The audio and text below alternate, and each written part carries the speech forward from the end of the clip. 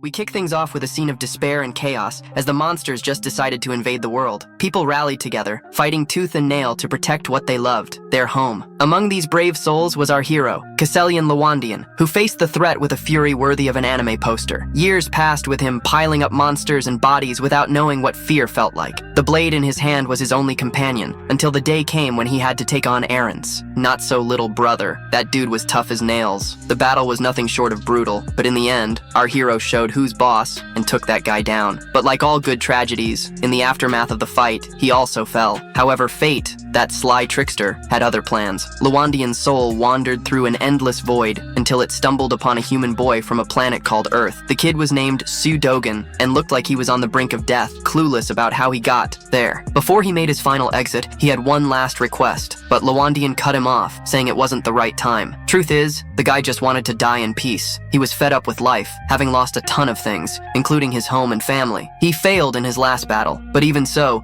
Dogan, who wasn't too keen on living either, just wanted a better future for his family. It seemed like Lawandian finally got it and decided to listen to the kid's wish. With the excitement of a kid in a candy store, Ogum mustered up the courage to ask for his family to live in peace. And just like that, our protagonist accepted the role of protector for the kid's family and ended up on Earth, now in the body of a teen named Do-jun. He has the mission of infiltrating the Nansa Gate, which is ranked C. And that's not just for the fancy name. The gate's only open for registered heroes. Then comes the automatic scanner that starts beeping, demanding the ID that our hero clearly doesn't have. But not caring about any of that, he just barges into the protected area, setting off an alarm that screams about the supposed breach inside the place. He starts narrowing his focus, looking for monsters to punch. That's when he runs into the group of heroes. These guys were licensed and totally on a mission, thinking our dude had gotten lost. They offered to help since they were headed towards the exit. However, Doey just stayed quiet, throwing a weird vibe into the mix. Soon, even these heroes realized something was off. He was dressed casually and looked like a fish out of water among that crowd. Sure, it's true that nowadays people dress pretty chill, but what's the deal with that backpack he's carrying? From what they can tell, he looks like just another clueless guy who got ditched by his group. But what's up with that? Doei finally opens up, acknowledging the suspicion and saying he was there all alone. No heroes in sight. The heroes sigh, getting where he's coming from. They've seen plenty of people get hyped to be heroes after watching a few TV commercials, but that kind of motivation can end in disaster if you jump in recklessly. First, you gotta get certified as a hero. Then you have to go through some serious training. Not to mention that this gate is rank C for a reason, right? If you're just starting out, you might want to go for a rank F gate, you know? After Doei's lecture, he makes it clear he doesn't need anyone's advice, especially not from them. The heroes are taken aback by the kid's blunt and cold response. They were just trying to help, and now everyone's a bit pissed, but the leader tells them to cool it. He doesn't want help? Fine, let him be. He'll learn the hard way. The leader's confident that the kid will find out just how brutal this place can be, way different from what TV shows. So, Doei soon encounters a giant troll staring him down, ready for a snack. The monster lunges, but misses its target and ends up smashing the ground. Instead, he moves so fast that the troll didn't even see what hit it. So, with a devastating force, he brings his fist down and takes the orc's head clean off. It's like a scene straight out of Spider-Man, with this guy making a total mess of things. Now the monster's face down in the dirt, and here comes the good part, the loot. Baby. He grabs the sword the troll was carrying but doesn't stop there. He chucks the sword at another monster and pulls out a shiny gem that's actually a pretty crappy magical stone. So insignificant that he had never even thought about it before. But now that he's broke, he's got to pay attention to this stuff. Out of nowhere, more monsters show up, pissed off about seeing their buddy decapitated. One of them whips around and throws a rock so fast it blasts the head off one of the other monsters. The other two just keep charging like they're looking for a glorious death. And our hero is more than happy to help as he's causing chaos. Cut to those heroes crossing into monster territory. Their minds are still stuck on their run-in with the kid. The woman with orange hair looks worried about the dojo and is anxious about its future. The leader, on the other hand, thinks it's pretty unlikely. If he's an intruder, he'll be found by agents from Central Control pretty soon. Those agents are always rank B or higher, and this gate is just rank C. The chance of Jum getting in trouble here is almost zero. As long as our boy doesn't go charging in like a lunatic at the monsters, his chances of dying are pretty slim. He's almost sure that the arrogant kid must be shaking in his boots, just waiting for the agents to come and bail him out of the mess. Oh man. The story is basically the opposite of that, and our hero is the one literally making those punching bags tremble with fear. One punch and they're done, my friend. The dude is so fast they can't even touch him, let alone squish him. He shows up right behind one idiot and delivers a kick so hard it literally obliterates the guy's head. Dude, with all these losers on the ground, he grabs one of the swords and starts harvesting those sweet magical gems. After a while, he finishes packing his bag and he's all set to leave. But honestly, he's pretty disappointed with today's hunt. It's basically dead weight in his bag, all those low-level gems. Then, out of nowhere, one of the agents finally spots him and alerts his partners before our guy can fully turn around. That suited guy is already giving him a serious look. First, they explain that they're from the gate control center and suggest he show them his hero registration card. If he's not registered, he's going to have to go with them to the control center. Man, our guy's not really comfortable with that, which just makes the suited guy even tenser and colder, insisting that he cooperate and follow the procedures. But the only response they get from our kid is an annoyed look plastered on his face, and all this drama is killing his vibe. But whatever, he just turns to walk away, and since words aren't doing anything, the suited guys start threatening him with handcuffs if he doesn't cooperate. Physical force could be used too if necessary. One of the more impatient guys tries to grab our boy's hand and threatens him with some pain if he doesn't cooperate. And what's worse, all the blame is going to fall on him. So it's better for everyone to settle this with words, not violence. But it looks like one of them is already fed up with this crap and grabs the poor guy's hand back. The poor suited guy feels a chill down his spine. The other two idiots whip out their magic-infused batons. Actually, they're level 4 magic staves, powerful enough to take down an orc. But those things don't have enough power to hurt our boy,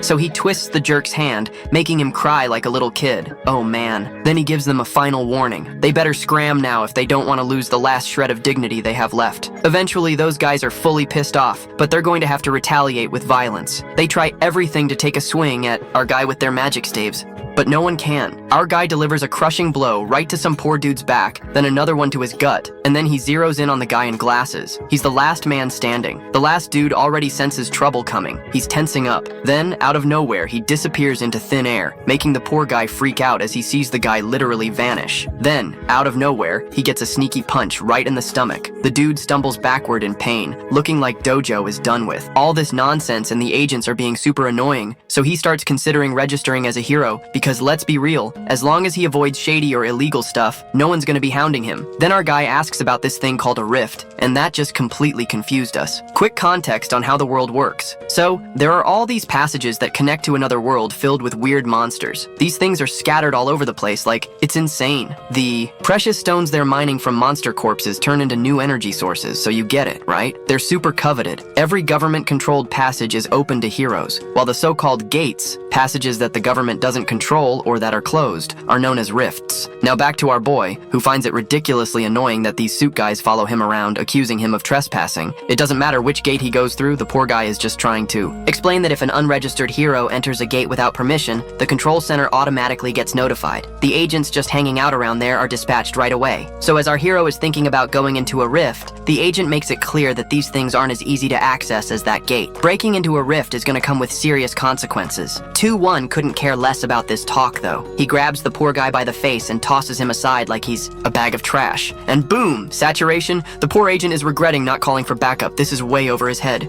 Before heading out, takes one last look at the downed agent, thinking about how weak this guy really is. The weakling seems to have a broken arm and is busy shouting threats, promising to get our guy and lock him up. The scene then shifts to a digital complex in Kazan, located in the Chelchon district. This giant building is now known as the Heroes Complex. This is where all transactions involving magic stones or anything at the gates take place, and these days, this place is busier than ever. Our guy, is heading to a shop that buys and sells magic stones. As he walks in, he's greeted by a Gen Z dude, glued to his phone, scrolling through Reels and TikTok. When says he wants to sell some magic stones, the store owner immediately starts talking up his business, claiming this location offers the best prices in the country. He insists they're the best in all of Brazil, you know? Slaps down all the low-grade gems, caked with monster blood on the counter, making the store owner look like he just got punched in the mouth. But he doesn't say a word and keeps the transaction going. While the stones are being processed, some folks in the shop ask if he wants a coffee. A little while later, he's sipping coffee casually while the shop owner cleans the dirt and blood off the stones like it's just another chore. Shortly after, the guy starts calculating how much is going to owe. He counts 12 low-grade stones, 16 medium-grade, and 5 high and low-grade. After deducting the 40% commission that has to pay, it comes to about 5.5 million Korean coins. But our hero is feeling a bit uneasy. That whole 40% commission thing feels off to him. I mean, he's the one who hunted and put in the time, right? The shop owner, acting all high and mighty, thinks he's being generous for only charging 40%. He's so confident that he even offers to take his stones back if he's not happy with the price. After all, this is the best offer, or at least that's what this guy claims. Desperate, the shop owner grabs Dojum's hand before he can leave and demands compensation for the evaluation and the coffee he drank. But this guy wants 30,000 coins for the evaluation and another 10,000 for the coffee. As if that wasn't enough, he says the blood he had to clean ruined his entire tablecloth. Seriously, with all that, Doi-sum owes about 350,000. Come on, give me a break. But Dojum isn't budging on those crazy demands, no matter how much this guy insists. When the threats don't work, that guy brings in his C-class heroes who act as his bodyguards. Right then, one of the goons bursts in through the back door asking why they were called and if there's a problem. They're ready to handle it. Dojum locks eyes with the shop owner, who matches his glare with equal intensity. Then it cuts to a shot of the shop owner's terrified, sweaty face. He thought he was hot stuff, but he's shocked when Dojum takes out his 3 goons without even breaking a sweat, showing who's really in charge here. Our guy then walks up to the counter and negotiates the commission down to 1% without even batting an eye because,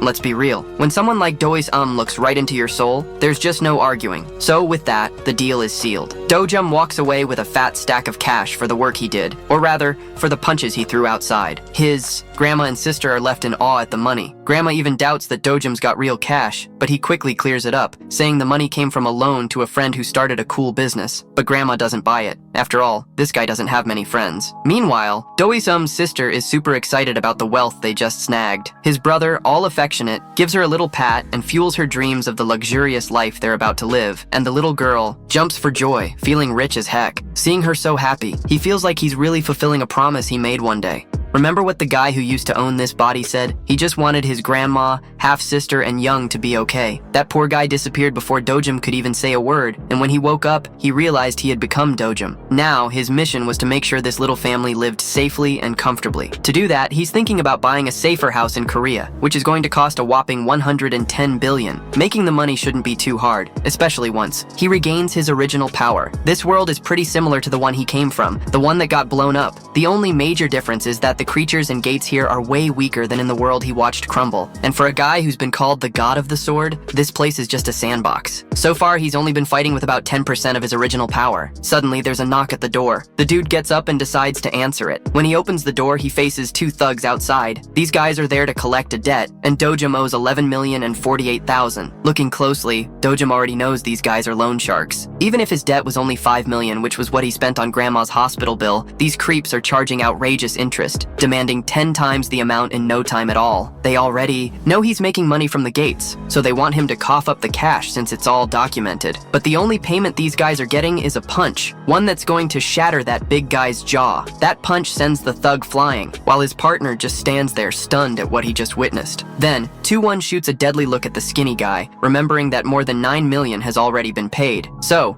when they do the math, those losers should actually be paying him interest. With another punch, he makes the punk cry like a little dog. Yeah, 2-1 tells him to let his boss know he's coming over for a visit. The scene then cuts to a bustling mall. There, Sweet Rum Yang is all excited in a stuffed animal shop.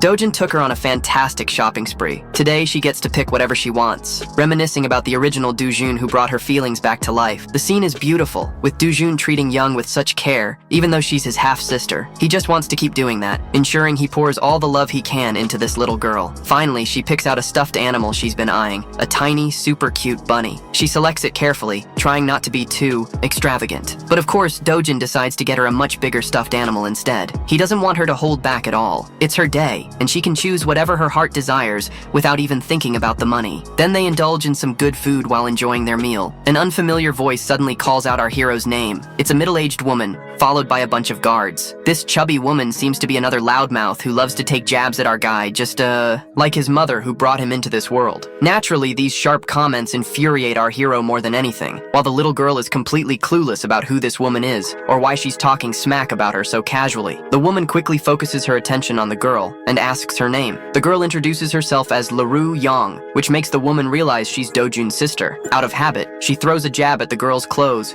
calling them messy, which really gets under our guy's skin. But for some reason, he's holding it together so far. This lady is shocked at how composed Dojun is keeping himself. Then, this girl decides to take it a step further. This piece of work has the audacity to ask the child what brothel means. That was the last straw. Dojun blows up and calls her an ugly woman belonging to the orc tribe.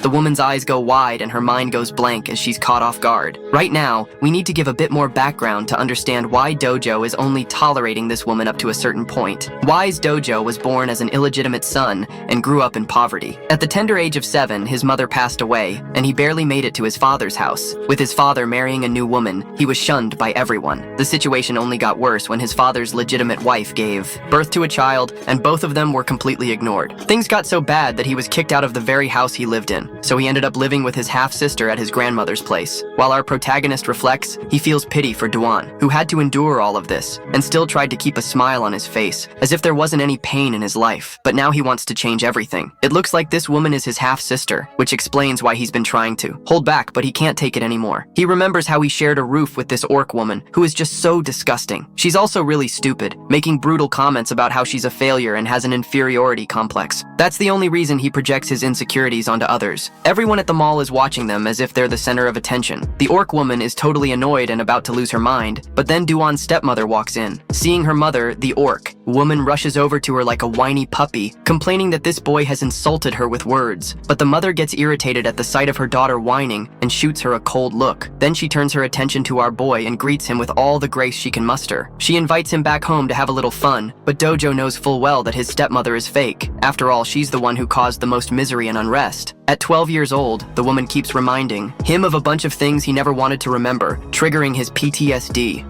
And getting into total serious mode with a tone colder than your mom's jokes, our guy just tells this woman to scram. Well, that's a slap in her dignity, getting dissed by someone younger than her. She just turns around and walks away with the last shred of dignity she has left. Seriously, she didn't expect him to come back so sharp. She's wondering if he's the same guy who would just look down when she slapped him for no reason. Her daughter follows her, with their bodyguards trailing behind, as well. The two ladies seem to think that their girls totally ruined the moment our duo was having. He wanted to make one thing clear. His dojo, which couldn't even defend itself, was history, and it was about time his trashy family recognized that. Then, we cut to a Mercedes speeding down the road. Inside the car, we see the mom and daughter. The daughter is furious, like seriously. The mom is just sitting there quiet, instead of putting the dojo in its place. As she vents her frustration, mom orders her manager to explain why the dojo is still standing. Well, the guy has no idea how this dude is still alive. It doesn't match the reports. The woman screams about the nonsense this guy is spouting. How on earth could he still be alive? The poor guy swears he'll investigate this again and make sure this time he gets it done right. The trashy daughter catches on to the sinister schemes her mom has always been plotting. She gets all shaken up hearing talk of killing and dying. No. Then suddenly the mom asks her if she feels anything for 2. 1? Well, that takes the fat squirrel by surprise. Honestly, she's worried that if grandpa or dad find out, they'll get in deep trouble. The mom grabs her daughter by the mouth, like zero sympathy, and warns her to stay far away from her biz. This woman is dead set on taking out 2 without a second thought, especially after that bold move he made responding to her mom. Getting rid of him seems like the ultimate revenge. A decade ago, the world went totally chaotic with the emergence of the Rift. These terrifying dimensions unleashed worlds and monsters that came from the portal, ready to wreak havoc. The violence was relentless, and ultimately tore the world apart, leaving entire cities in ruins and engulfed in flames. But as the forces of darkness emerged, so did the heroes, the brave warriors. With them came the first discovery, mana stones, rolling out from the bodies of defeated monsters. Now, the scene cuts to Dojum headed somewhere, thinking about how mana stones changed everything regarding the world's energy. Because of this, the countries decided to focus on the rifts appearing. Everyone wants priority to harvest resources. So, given the crazy state of the world, all compensation hinges on the gates and the heroes. That's why being a hero is raking in the big bucks. The only way to secure a decent paycheck is to become a real hero. 2-1 finally arrives at his destination, which is the establishment capital HCS. Upon entering the building at first glance, the boss and his goons just look like run-of-the-mill thugs, trying to scare people with their ugly mugs. But 2-1 is calm and collected, not the least bit stressed. The boss puts out his cigarette and remarks on our guy's audacity, not only for beating up the goons, but also for showing up at the door. He makes a comment about the organization, saying that it was actually 2-1 who suffered a big loss. The boss finds this ridiculous and demands an explanation from our kid. Dojum says that actually, he came to collect the compensation he deserves because, deep down, he's been through a lot of stress, both physical and mental, thanks to those guys. Then, hearing Dojum's serious words, the boss notices something's changed in the kid. It's clear he's no longer the pushover he used to be. Because of all this, the boss suspects that Dojum must have awakened something through his experiences in the rift. Even knowing this, the guy stays arrogant, complaining that Dojum's newfound confidence is going to be his downfall. The hypocrite calls our kid excessively confident, and, to buy more time, he brings in a bunch of sour-faced thugs to intimidate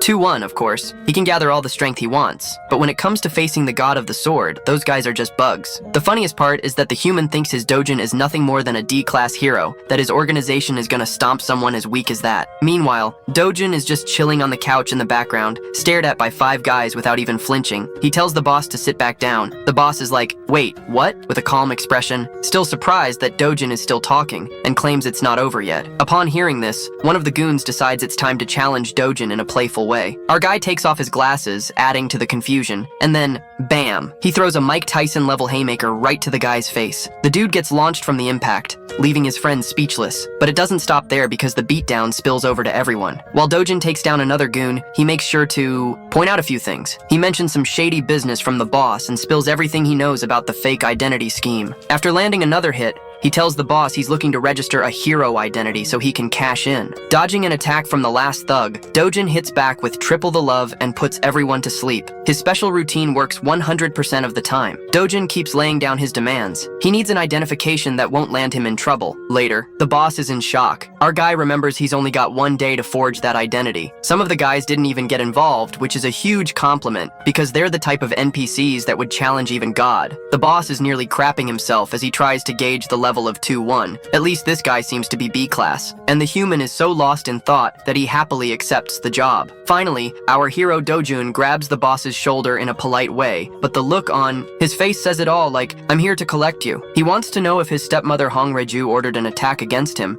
Of course, that's exactly what happened, as was clear from the conversation he had with his daughter and her assistant earlier. The boss was pretty speechless, and the guy let out a desperate scream of pain. Even the henchman seemed frustrated with what was going down. The boss vents and spills his twisted strategy. This cruel Machiavellian woman literally wanted to judge his whole life based on his bank account, pushing him to the point where he saw no way out but to take his own life. After hearing the guy's laments and pleas, he questions whether that was also the reason he was locked behind the gate. The boss then plays the victim, saying he had nothing to do with it. He even reveals that he wouldn't get paid if Dojim died inside the gate. That's a pretty plausible explanation that makes Dojim start to think. He mentions the name Kang and a hoo-hoo, which, by the way, is the name of the guy who brought him into the gate. Chuan wants to know every detail about this guy by tomorrow. So with those 2 demands on the table, he leaves politely. After that conversation, Dojim enters a deep state of reflection. The real Dojim had just one wish: to protect his little sister and beloved grandmother, no matter the cost. But don't worry, because the God of Swords is here to settle the score.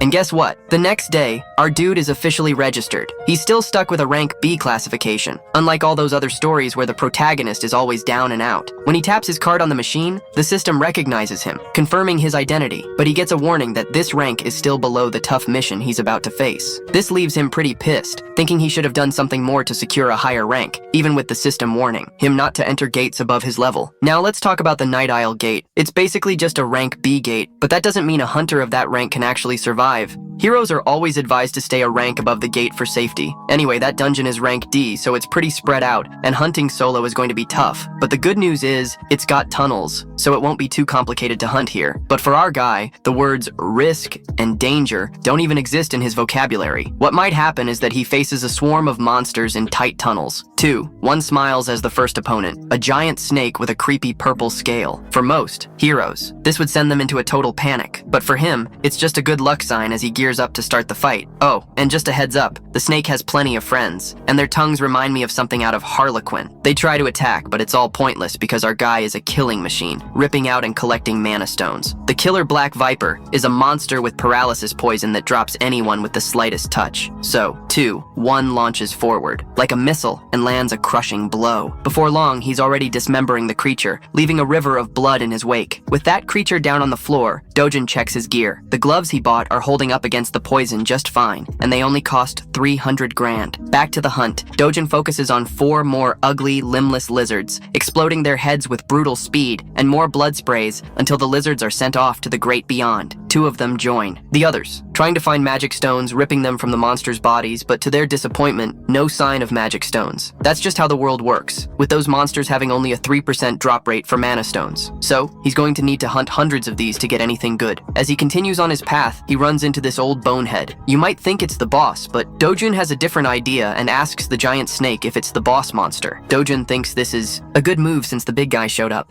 so you don't have to worry about getting lost anymore. Jumping into an all-out attack, he plans to wrap this up fast and head home, but then the unexpected happens. Even though he throws a brutal punch, it barely phases the creature at all. The human just got a tattoo on his forehead while in midair, and with no chance to dodge, the monster slams him into the wall with its tail. He ends up crashing to the ground, feeling like he just got zapped with the force of the boss monster. The creature shows off its venomous fangs and sways like it's ready for a feast. It tries to bite him, but luckily our hero dodges its attempt using the momentum from his evasive move. He counters with a powerful punch, hitting the creature's body and causing more cracks in its tough shell. After that second hit, one thing became clear to him. The boss monster has an incredibly resilient exterior, making this fight way tougher than against any other snakes he's taken down before. Its hide is so tough that he can't break through with a single strike. This flips the situation, forcing our hero to rethink his battle strategy. In his original strength, the sword god would wipe the floor with this beast, but suddenly, something catches his eye. It's the sword of the warrior who lost his life fighting the boss. And now you'll understand why he's called the sword god and not the fist god. Even though the weapon's pretty beat up from the battle, he grabs the sword, believing that a sword only shines as bright as its wielder. With this thought in mind, and the blade ready in hand, he charges at the monstrous serpent. That creature springs at him once more, launching itself with insane speed. Our hero leaps high into the air, swinging as if the creature should feel honored he's going all out to kill it with a sword. Even though the sword's in rough shape, he gets pumped and lands so many cuts that he leaves the serpent's body emptied. The serious fight wraps up in a pretty hilarious way. The snake collapses while our hero's sword disintegrates. Good thing he took out the creature before it could pull any funny business with the dead boss monster. In a brilliant move, he rips out one of the creature's fangs, thinking it might come in handy for a short sword. He just needs to refine it. Considering that a reward for his journey, he heads for the exit. When he steps outside, it's a starry night. He ended up spending more time at the B-rank gate than he expected, and given how everything turned out, it just fuels his determination to restore his power to its peak. Plus, he's glad his old buddies won't see him in this weak phase, because let's be real, right? That would be super cringe. After the hunt, he's planning to appraise and sell the magic stones he brought along, showing off his large stash. The shady receptionist treats him like trash, warning that the commission fee is 40%. Even the clueless guy catches on that something's off about that ridiculous fee. He grumbles, referring to himself as a regular guy. The receptionist pulls the same stunt as before and claims their rate is the lowest among all the traders at the gate center. The fee is at least 5%, no taxes. For the sly appraiser, that's a great deal since it gets the heroes a nice chunk of change. Noticing the guy's beaten up face, what's funny is that he still repeats the same old spiel even after getting wrecked. So, disguised human says a psycho wiped out his guards before leaving him like this. One guy thinks it's the receptionist's fault for keeping C-rank guards on deck, because let's face it, rank isn't everything. Skill counts too. The rank is actually a false representation of someone's abilities, just updated to keep up appearances. Even though the guy is dropping some valuable advice, the receptionist just wants the hero to shut up and get out already. And that's exactly what he does. He offers to help the receptionist in case he needs anything. As he leaves, our guy walks right past the receptionist, looking colder than ice when he catches a glimpse of her. The receptionist feels a rush of fear. She points to two guys, one shouting that he's the psycho who made a mess, freaking out while trying to stare them down. Our hero is actually pretty impressed. He notices the receptionist's skinny frame compared to his height, but the fact that he just took down some guards has the receptionist on guard, asking if he's trouble. But one thing I like about this dude is he doesn't get offended over any silly stuff. He thinks Dojo is misusing his powers as a hero and letting himself be intimidated. Now and then, the receptionist is enjoying the scene, knowing this guy is a hardened hero with 7 years under his belt. If anything goes down here, this dude has plenty of connections he can call in, throwing the name of two without a second thought. Our hero turns around and just walks away, which only makes the receptionist feel insulted because it seems like the guy's being a jerk. Dois asks if the receptionist wants to get back at him. Seeing this, the veteran hero feels provoked. However, being the responsible hero he is, he knows it's not worth it to fight other heroes since it usually ends in deaths. Remembering that, he relaxes and turns his back, leaving the receptionist speechless. Dois turns to the evaluator and asks if he has any problems to sort out. Before the guy could respond, he throws a bag full of magic stones for him to evaluate in exchange for cash. These precious babies are all high-grade magic stones, raising the question of who this guy is in the receptionist's mind, calculating their worth to be around 150 million. At first glance, that seems like a lot, but for Dojo, it's pocket change for a day out hunting. He loses the cash, but the receptionist remembers the commission he needs to calculate first, which probably makes our hero look pretty spooked. So, with just a 1% fee on the small deal, our hero finally chills out and tells the guy to take it easy with the rest of the cash. But, meanwhile,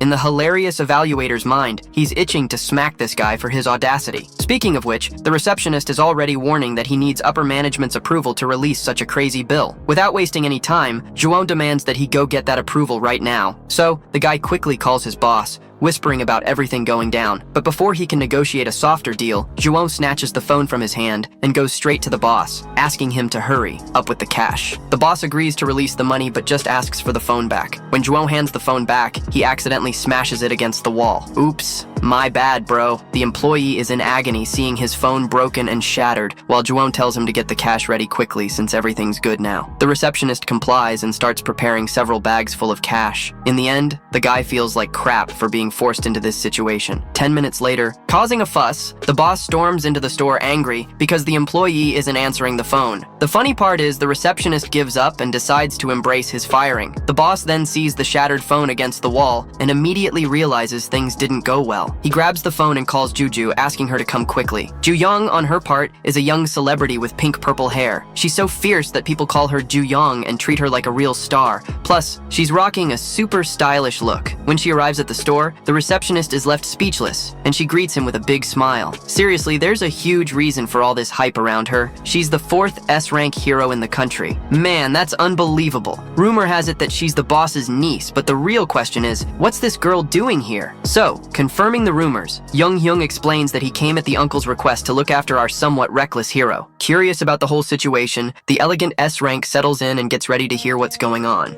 So, the scene cuts to our guy meditating in the sun, totally ripped. Sure, he spent the whole day hunting, but the rewards were a complete joke. With all that, he's worried about the future. First things first, he needs to reach a level where he can clear S-rank gates. Honestly, that means he's got to train to regain the strength he used to have. The biggest problem our guy is facing right now is that compared to the previous world, the mana here is low. That means even if he busts his butt, trying to gather mana, it's gonna take at least 3 years to get anywhere near his former power. He can aim for better gear for battles, but the catch is, any decent equipment costs a fortune, you know? So that's a no-go. Suddenly, he feels a chill as he senses someone really dangerous nearby. He grabs the little girl, Ayang, in the blink of an eye and yells for everyone to freak out inside the house. He slams the door shut while his grandma awkwardly asks what's going on. The place shakes, with a heavy tremor, making her shrink back and nervously ask if it's an earthquake. Even so, nothing is falling apart, but our hero realizes what's really happening. It's not just an earthquake. There's something way worse. That's when he feels a sharp, violent energy outside. A rift just opened up in his world, right above the house. Running, he tells his loved ones to stay inside because outside, things are critical. At full speed, he dives into the rift, and the last thing he hears are his grandma and sister screaming his name. Cut to the Hero Association,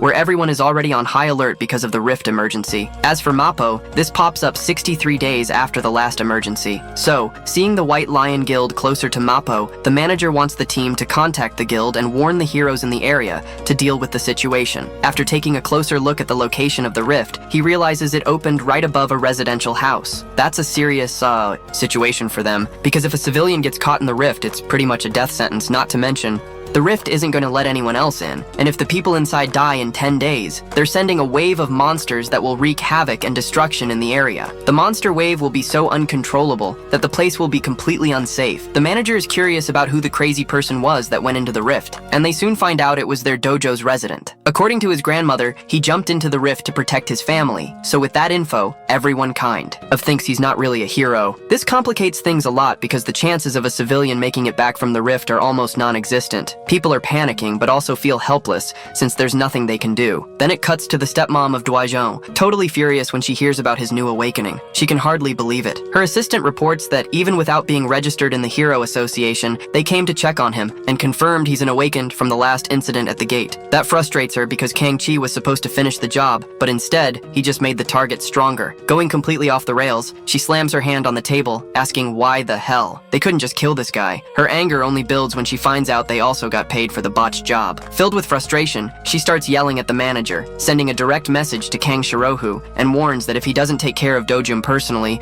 he's going to have to deal with him and pay 10 times what he owes. Her assistant suggests they might not even need him anymore since they discovered a new rift right above Dojum's house. After confirming that Dojum jumped into the rift, it's clear his mission's over. Then, Hong Riju even smiles at the news. Finally, a bit of peace for her, but I don't think so. She relaxes, and for the first time, she looks normal. Now, she tells her assistant assistant to assess the situation until more information comes in. Meanwhile, our hero has just landed in the Rift Dimension and finds himself in a forest, the same one where he used to be happy in his youth. The Petir forest looks just the way he remembers it, right down to the smallest details. The mana inside still carries that familiar weight. He walks along the path with a smile as he reconnects with the colossal tree of the world. This tree is pure mana and divine essence. It's the core of the world's stability. It was right here that the old world began to collapse, when it was burned to the ground, throwing everything into chaos. But here, in the Rift Dimension, the tree stands tall and perfect, just like he remembers. Even without knowing exactly why, it's clear he can recover his lost mana by absorbing it from the tree. Meditating on the powerful flow of mana, our boy is getting super strong. He stays in the same position for hours, without eating or drinking, and of course taking care of his bathroom needs too. After 10 days like this, solely focused on his breathing, things start to get complicated at the end of the 10th night. These strange creatures known as Bukina come looking for him. They've shown up to burn the tree, just like before, but guess what? Our hero is here to stop that tragedy. The creatures charge at him, and the poor guy wishes he had a sword and some water to take them down. The fiery monsters roar and the pressure rises, but our hero is so packed with mana that he doesn't need a weapon. He is the weapon, and those hands, classified as excellent, rise up against the monsters, wielding enough power to take one of them down. The second creature is so stunned that it doesn't even know what to do. Let's break down what just happened. What he did is technically mana release. It's not quite telekinesis,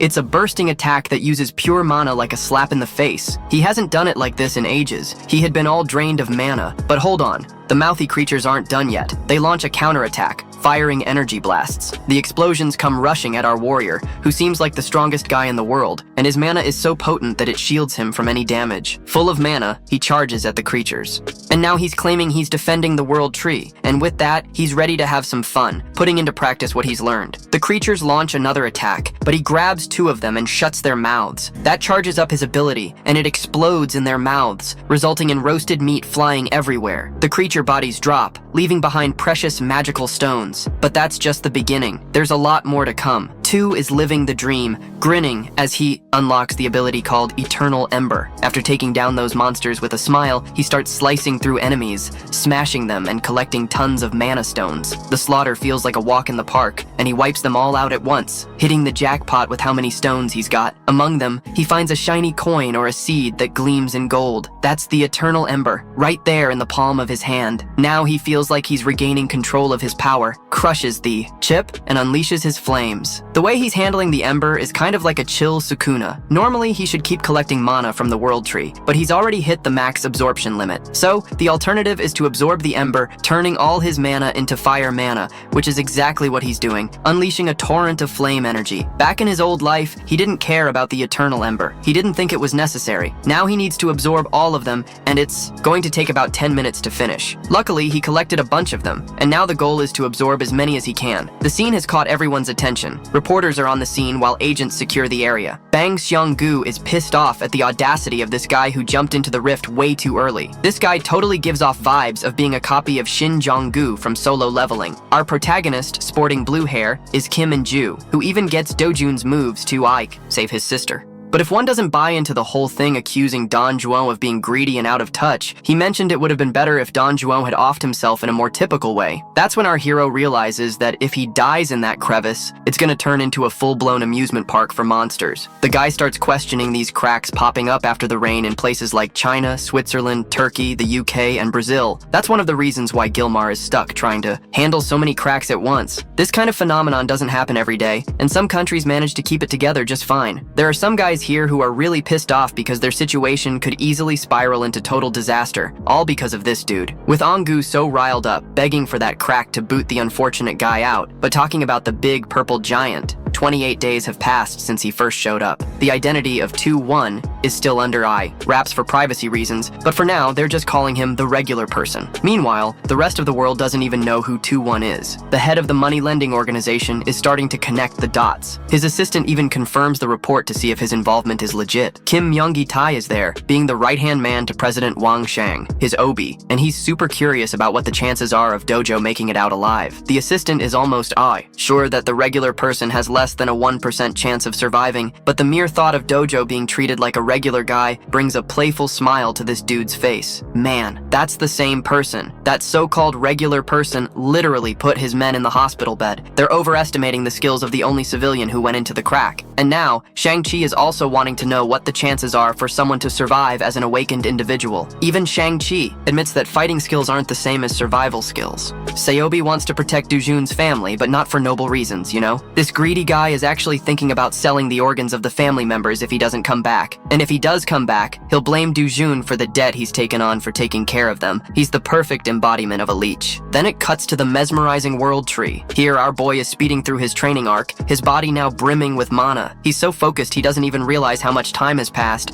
but he's grinding away, absorbing hundreds of fire stones. This stuff boosts his fire mana to the max and lets him manipulate it however he wants. Plus, his resistance to flames has improved as a side effect. Looking back at his past self, he feels like he's surpassed his former ego. He embraces the world tree and shares a tender moment thinking, what a beauty. It's always been there for him, even back in the day, and now more than ever. That's why Dujun is super grateful for everything she's done. As for the mana stones, he fashions a little pouch out of vines to keep them all safe. With the stones collected and secured, Dujun realizes he might never see the angelic tree again, but he still hopes their paths will cross if the divine tree is ever in danger again. Because when that happens, he'll be ready to protect her with his life if it comes to that. That night, Dojun finally steps out into the outside world, feeling solid and steady. Luckily, he doesn't sense anyone around, figuring most people must think he's gone, and that the monster wave is going to hit any minute. He picks up on a strong presence nearby, and deciding to investigate, he rushes toward it. A little later, he comes face to face with two Argentinian guys. One looks all pissed off, and the other seems pretty chill. Now he realizes they're probably representing the association from their outfits. That means if he gets caught, things are going to get really tense. To deal with this situation, our hero conjures up a fireball and hurls it into the air. Like a bomber, this thing blasts through the building and blows everything up, all with a bang that's gonna make some noise. Rui, if he's a goo-goo, goes into total alert mode when he hears the explosion, realizing it's fire. The two decide they're after the one responsible. There, they run into a crowd in panic. What the hell's going on here? In the middle of this chaos, our guy is just in awe of his firepower. So far, his aim has been on point, so this is gonna do wonders in the memory of his,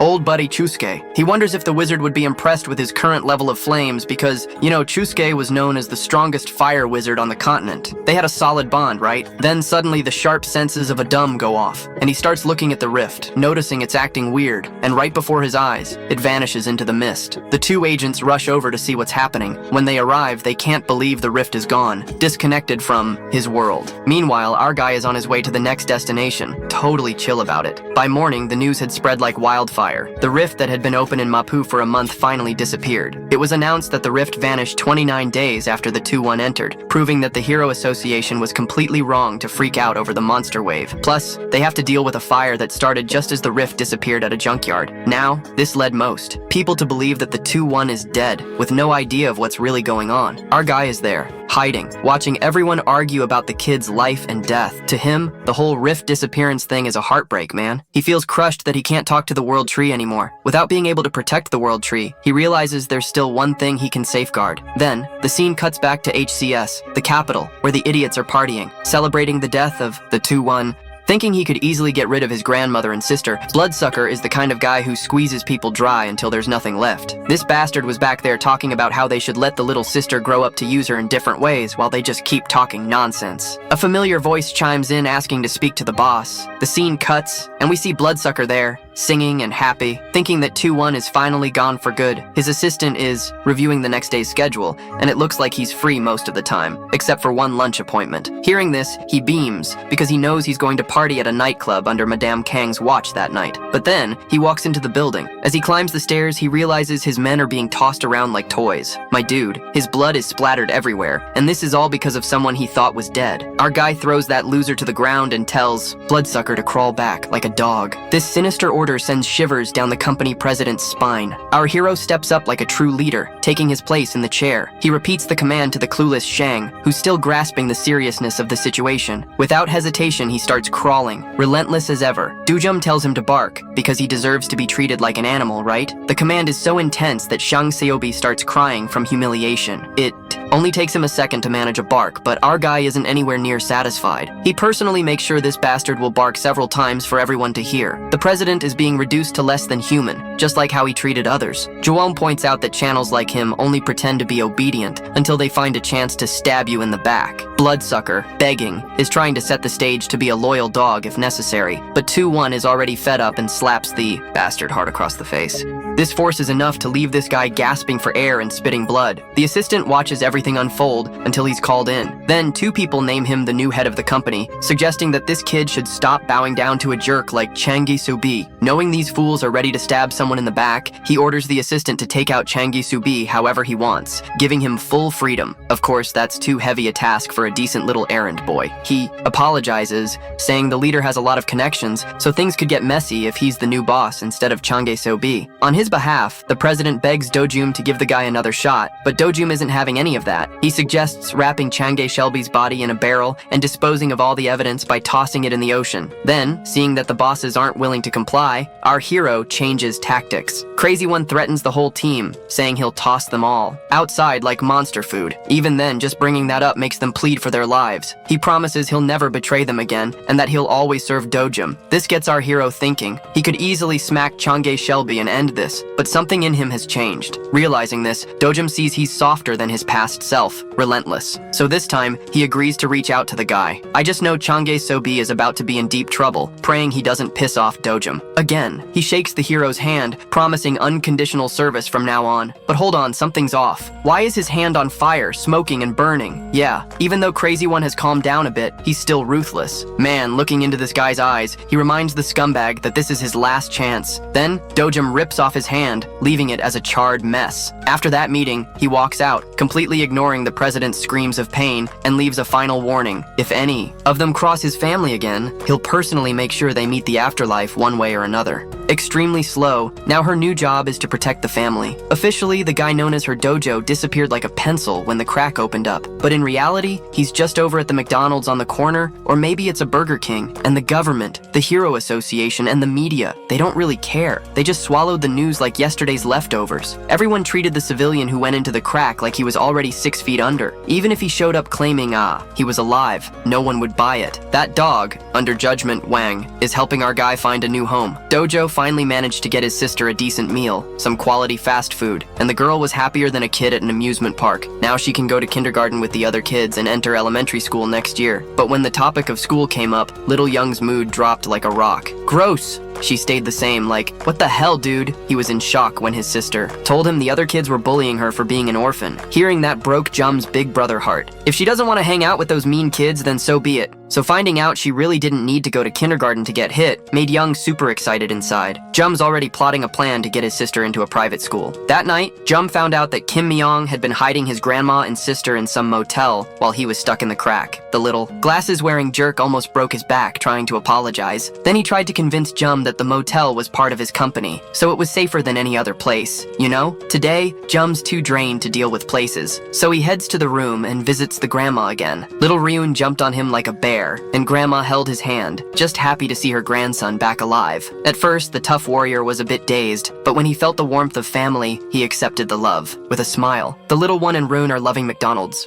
So the family's been devouring tons of fast food over there. Today, he was asking about his brother's super tough gig as a hero. When he asked if he liked being a hero, Young casually responded that it's not all that great for heroes to be strong and stylish because they live in constant danger, facing horrifying monsters. Sometimes they even end up dying. The little girl and her brother just want him to stick around with their grandma and her for a long while. The brother is so used to his daily routine that having someone worry about him is totally new. Back in the cruel past, he was the last human standing. He fought against monsters and creatures that were straight out of his wildest dreams, and along the way, he lost a lot. Now, with a second chance in a different world, something worth fighting for has popped up next to him. Feelings he thought he'd forgotten are coming back to life. In this world, who knows, maybe he can finally find happiness, or at least he can live a quiet life filled with love. While he's feeling all warm and fuzzy inside, the Hero Association of Korea is like a pressure cooker, about to blow. The big boss of the Korean Hero Association is super stressed about the latest rift situation. Their best guys went out to investigate, but didn't find anything new. Feeling iffy about the state of the territory is leaving the boss pretty confused. Isn't it crazy to think that the rift that disappeared could pop back up at any moment? His assistant is trying to nod along with his thoughts. He's worried about uncertainties, but at least he thinks no one got hurt.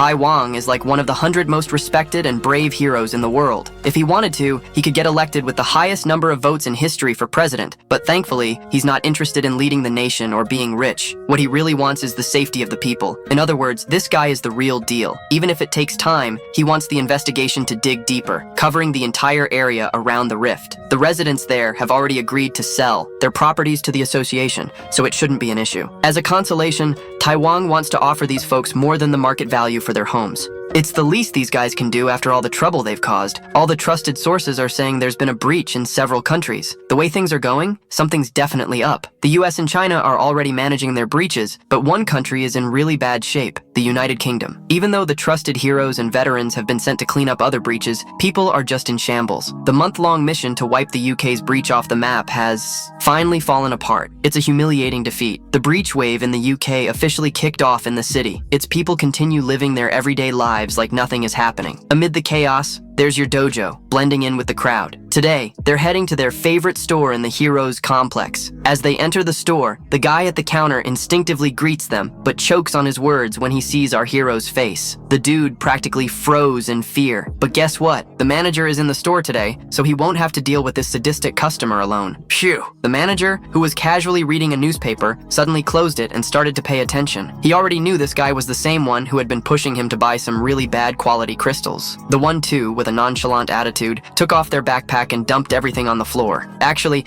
it's probably good the manager is here to help speed up the sale of those magical crystals. The manager continued waiting for the other batch of poor quality crystals to scatter across the floor. How clever. He definitely wasn't interested in such a small deal, right? What he really wanted was something much grander. On the flip side, the one too isn't a fan of being sent away. The manager, like any reasonable human being, can't allow that. Just accepting a 1% cut would be way better if the kid would just leave. My dude, the one too, declared that refusing to do business with him would be a mistake. Just wait. The manager would regret it, but in his typical disdainful manner, he kept telling the kid to leave. Get out! Without even glancing at the bag. That was the last warning he was going to give. Before things went completely south in response to that hostility, Dojo kicked the backpack down, spilling everything inside it. The two of them, being experienced crystal traders, immediately recognized the properties of those rocks. Honestly, that bag was packed with magical hero crystals and a pair of scissors worth way more than you'd imagine. This sly guy had an inkling that those beauties were quite valuable. He knew he had premium material on his hands. Check this out. The hero's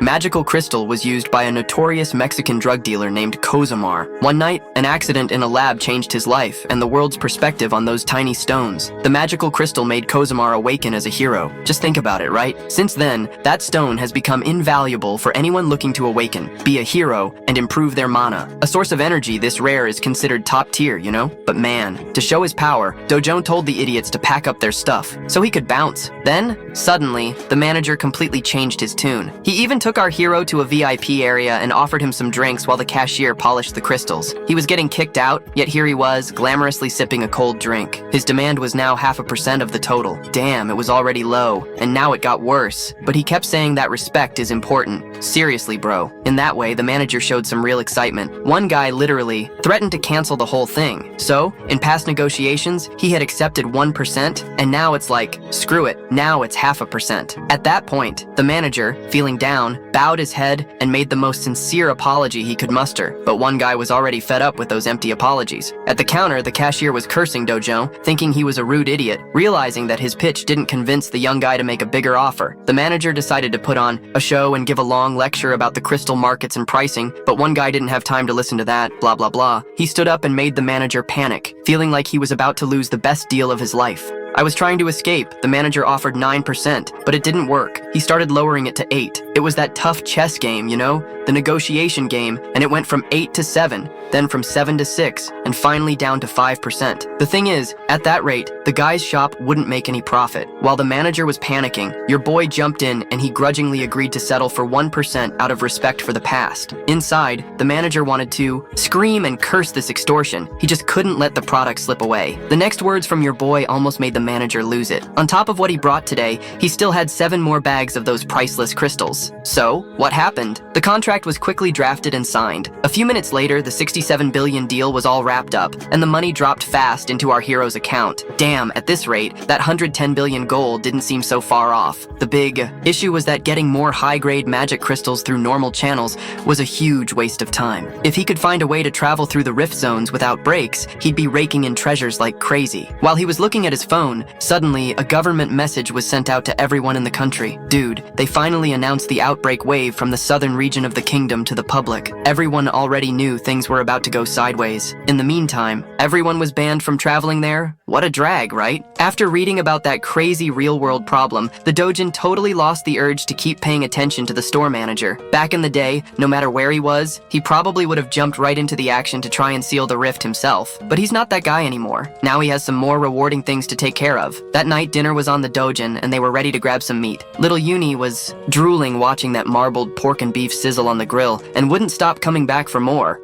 Meat and its juicy sides on the table. Grandma, worried about not blowing the budget, slowed down and asked Nito if everything was okay. After all, it cost 250,000 for every 100 grams. Dude, that's pretty pricey, man. But Doju immediately brushed her worries aside. After a good haul on the crystals, they could eat as much as they wanted without it hurting their wallets. The first bite made Uni fall in love with that insanely luxurious meat. It was simply unreal. Doju kept throwing more meat on the grill while Grandma watched, looking a bit anxious. I mean, there was more fresh rib, pork loin, sirloin, and flap meat coming to the table, and it was total chaos. At this rate, the amount was just ridiculous. How were the 2.5 of them going to handle all that food? But Grandma had no idea about a main character's appetite. To ease Grandma's mind, Uni convinced her to try the fancy meat, and since she couldn't say no, Grandma gave in. One bite of that luxurious meat sent all her worries flying out the window. After that, the happy family enjoyed their extravagant dinner, filled with laughter and little trinkets. Mr. Dojun, noticing a stylish young woman who had just walked into the restaurant, saw the customers' necks nearly snapping as she passed by. The woman headed straight for Mr. Dojun, grabbing his attention. She just wanted to chat with him, nothing more. Before she could explain what was up, Dojun woke up, annoyed that she interrupted the family vibe. If she wanted to say anything, she'd have to come back when the fancy meal was over. A guy named Jang Young pulled out a business card, thinking her name would change the vibe, but to her dismay, Dojun just kept grilling and devouring everything. That's how the renowned S-rank hunter swallowed her pride and patiently waited in the waiting area. Like a star sitting among ordinary folks, it was clear she would be the center of attention.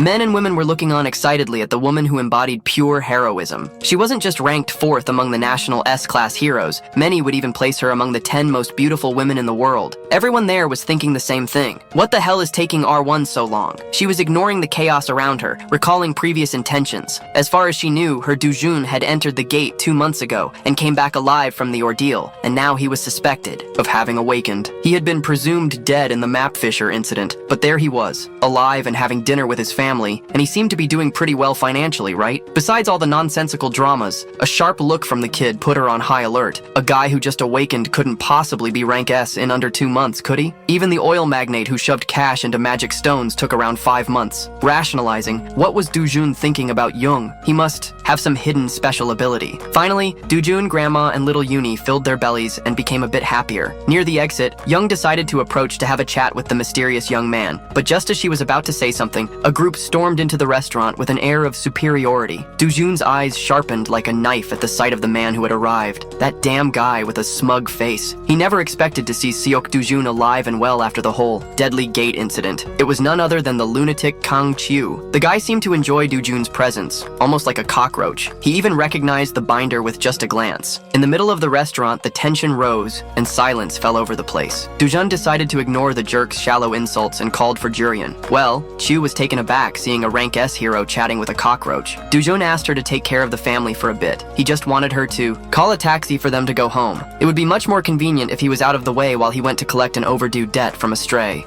And he reassured Grandma and the little girl that everything was going to be just fine. She waved goodbye to them, but her worry was pretty clear. June stood there awkwardly while the taxi drove off. As soon as they left the restaurant, a loud slap echoed inside, with the family off the scene. He could finally drop the nice guy act. He moved so fast that, the guy didn't even see it coming. All the dude felt was a stinging pain in his cheek. Embarrassed by such a humiliating hit, he clenched his teeth and charged back to retaliate. One of the waitresses screamed, trying to break up the fight. She feared the desserts would end up wrecking the entire restaurant if this escalated, but what sounded like a reasonable request was met with aggression. Luckily, she didn't get hurt too badly. A calm guy told everyone to leave and clear the room for their safety, but the main character knows. Chew. He's easy to provoke, right? That dude is a big idiot who can't even throw decent jabs. What a joke, right? Because of that, he ended up getting another surprise beating. And well, a punch right in the face. Damn, that guy was shocked. Kange Chu is that bastard who locked up Dojum's original Sky and sent him packing, even without being directly offended. Our hero harbors a deep hatred for that guy and is itching to have a word. Ju, or the goblin-faced henchman, was mocking the wicked stepmother of Dojum and all that drama. So Dojum realized getting info from that idiot would be a piece of cake and quickly grabbed his phone. He hit the record button. A clear recording of the confession would make his life a lot easier, but once again Chu messed up by being distant. He clenched his fist, cursing Dojum's mother, and attacked with rage. He was dead set on taking that guy down once and for all, claiming he was going to kill Dojum for good. But poor Chu, his attacks were way too crude, and they couldn't match Dojum's smarts. So Dojum took the punch like it was hitting a bouncy wall and sent his fist back. It's crazy. Kang Chi had never experienced anything like this.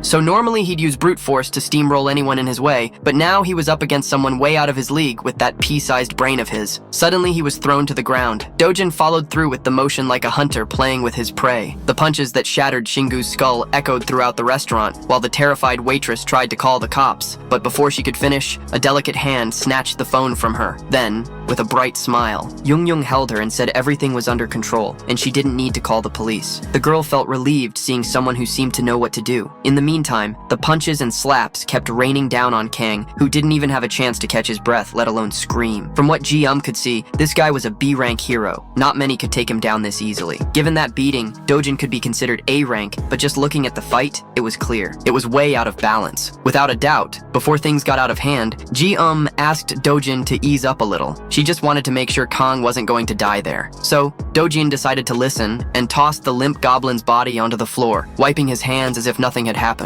Seeing that there was some drama between them, Ji asked the young man what he knew about Shu. While Dojin might not have the full story, he knew enough about the bastard to want revenge. Ji warned him that Kang Shu was connected to this Kang Hyung, a rank S hero. Dojin knew that and didn't care much. He'd never seen anything so crazy and reckless. The guy puts himself in danger and doesn't even bat an eye at a rank S. Jong explained that Hank Pio really looks out for his lazy cousin and that this restaurant incident was going to piss off a rank S. And when that happens, it's going to get bloody. Doggy in her concerns. Seriously, this guy's the last person who'd fear a rank S. He was more worried about how much Junjun knows about his life than anything else, especially after he just took down the goblin.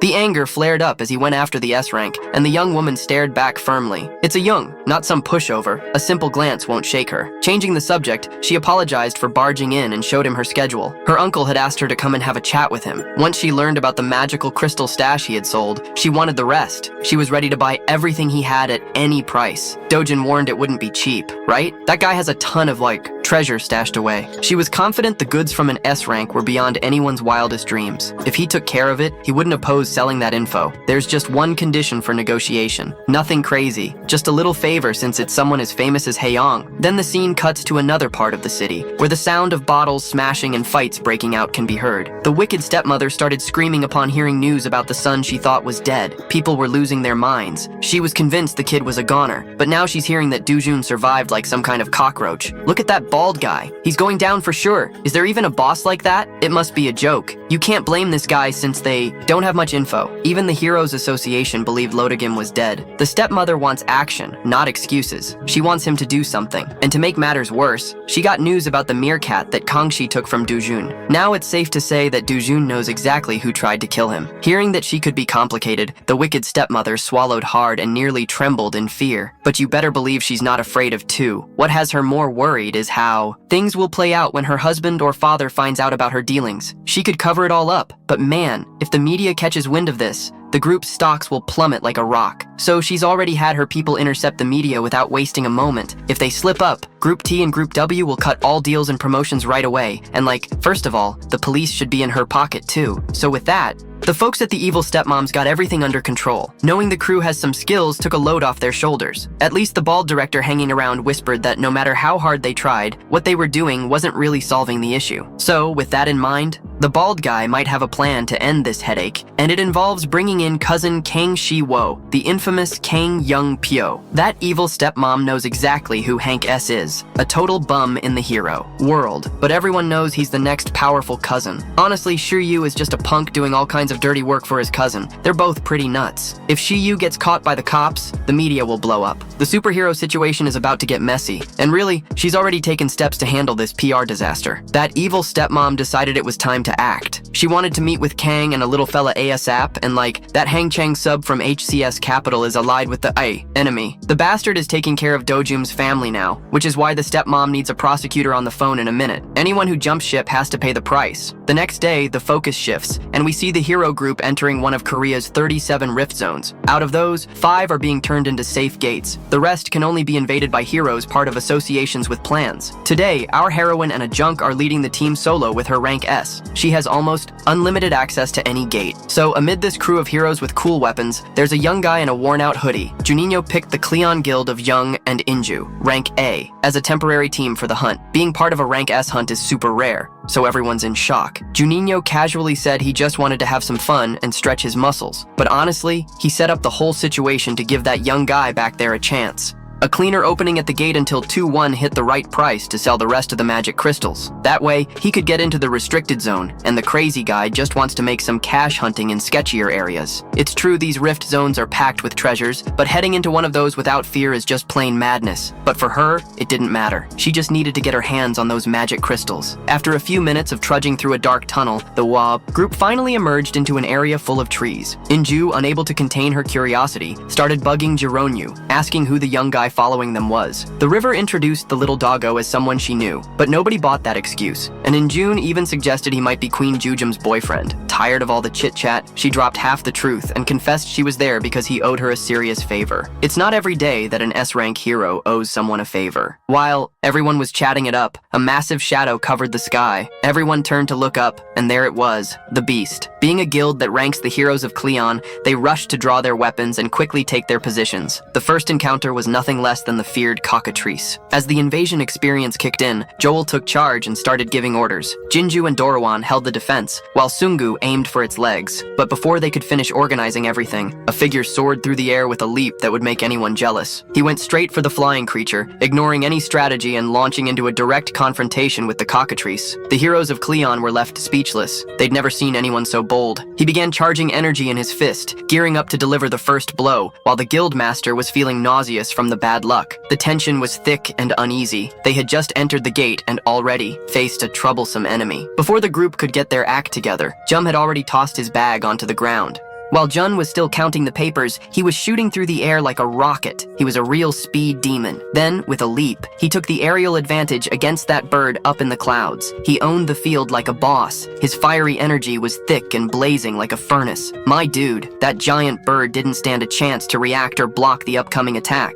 By the time it realized what was happening, it was already catching a direct punch right to the beak. And just like that, the bird hit the ground. 2-1 landed right in front of the crowd, and guess what? I'm not exaggerating. The cockatrice, on the other hand, was on the verge of death, with a visible fist mark on its face. The Grilda crew from Keon just couldn't believe the power of his S-rank technique.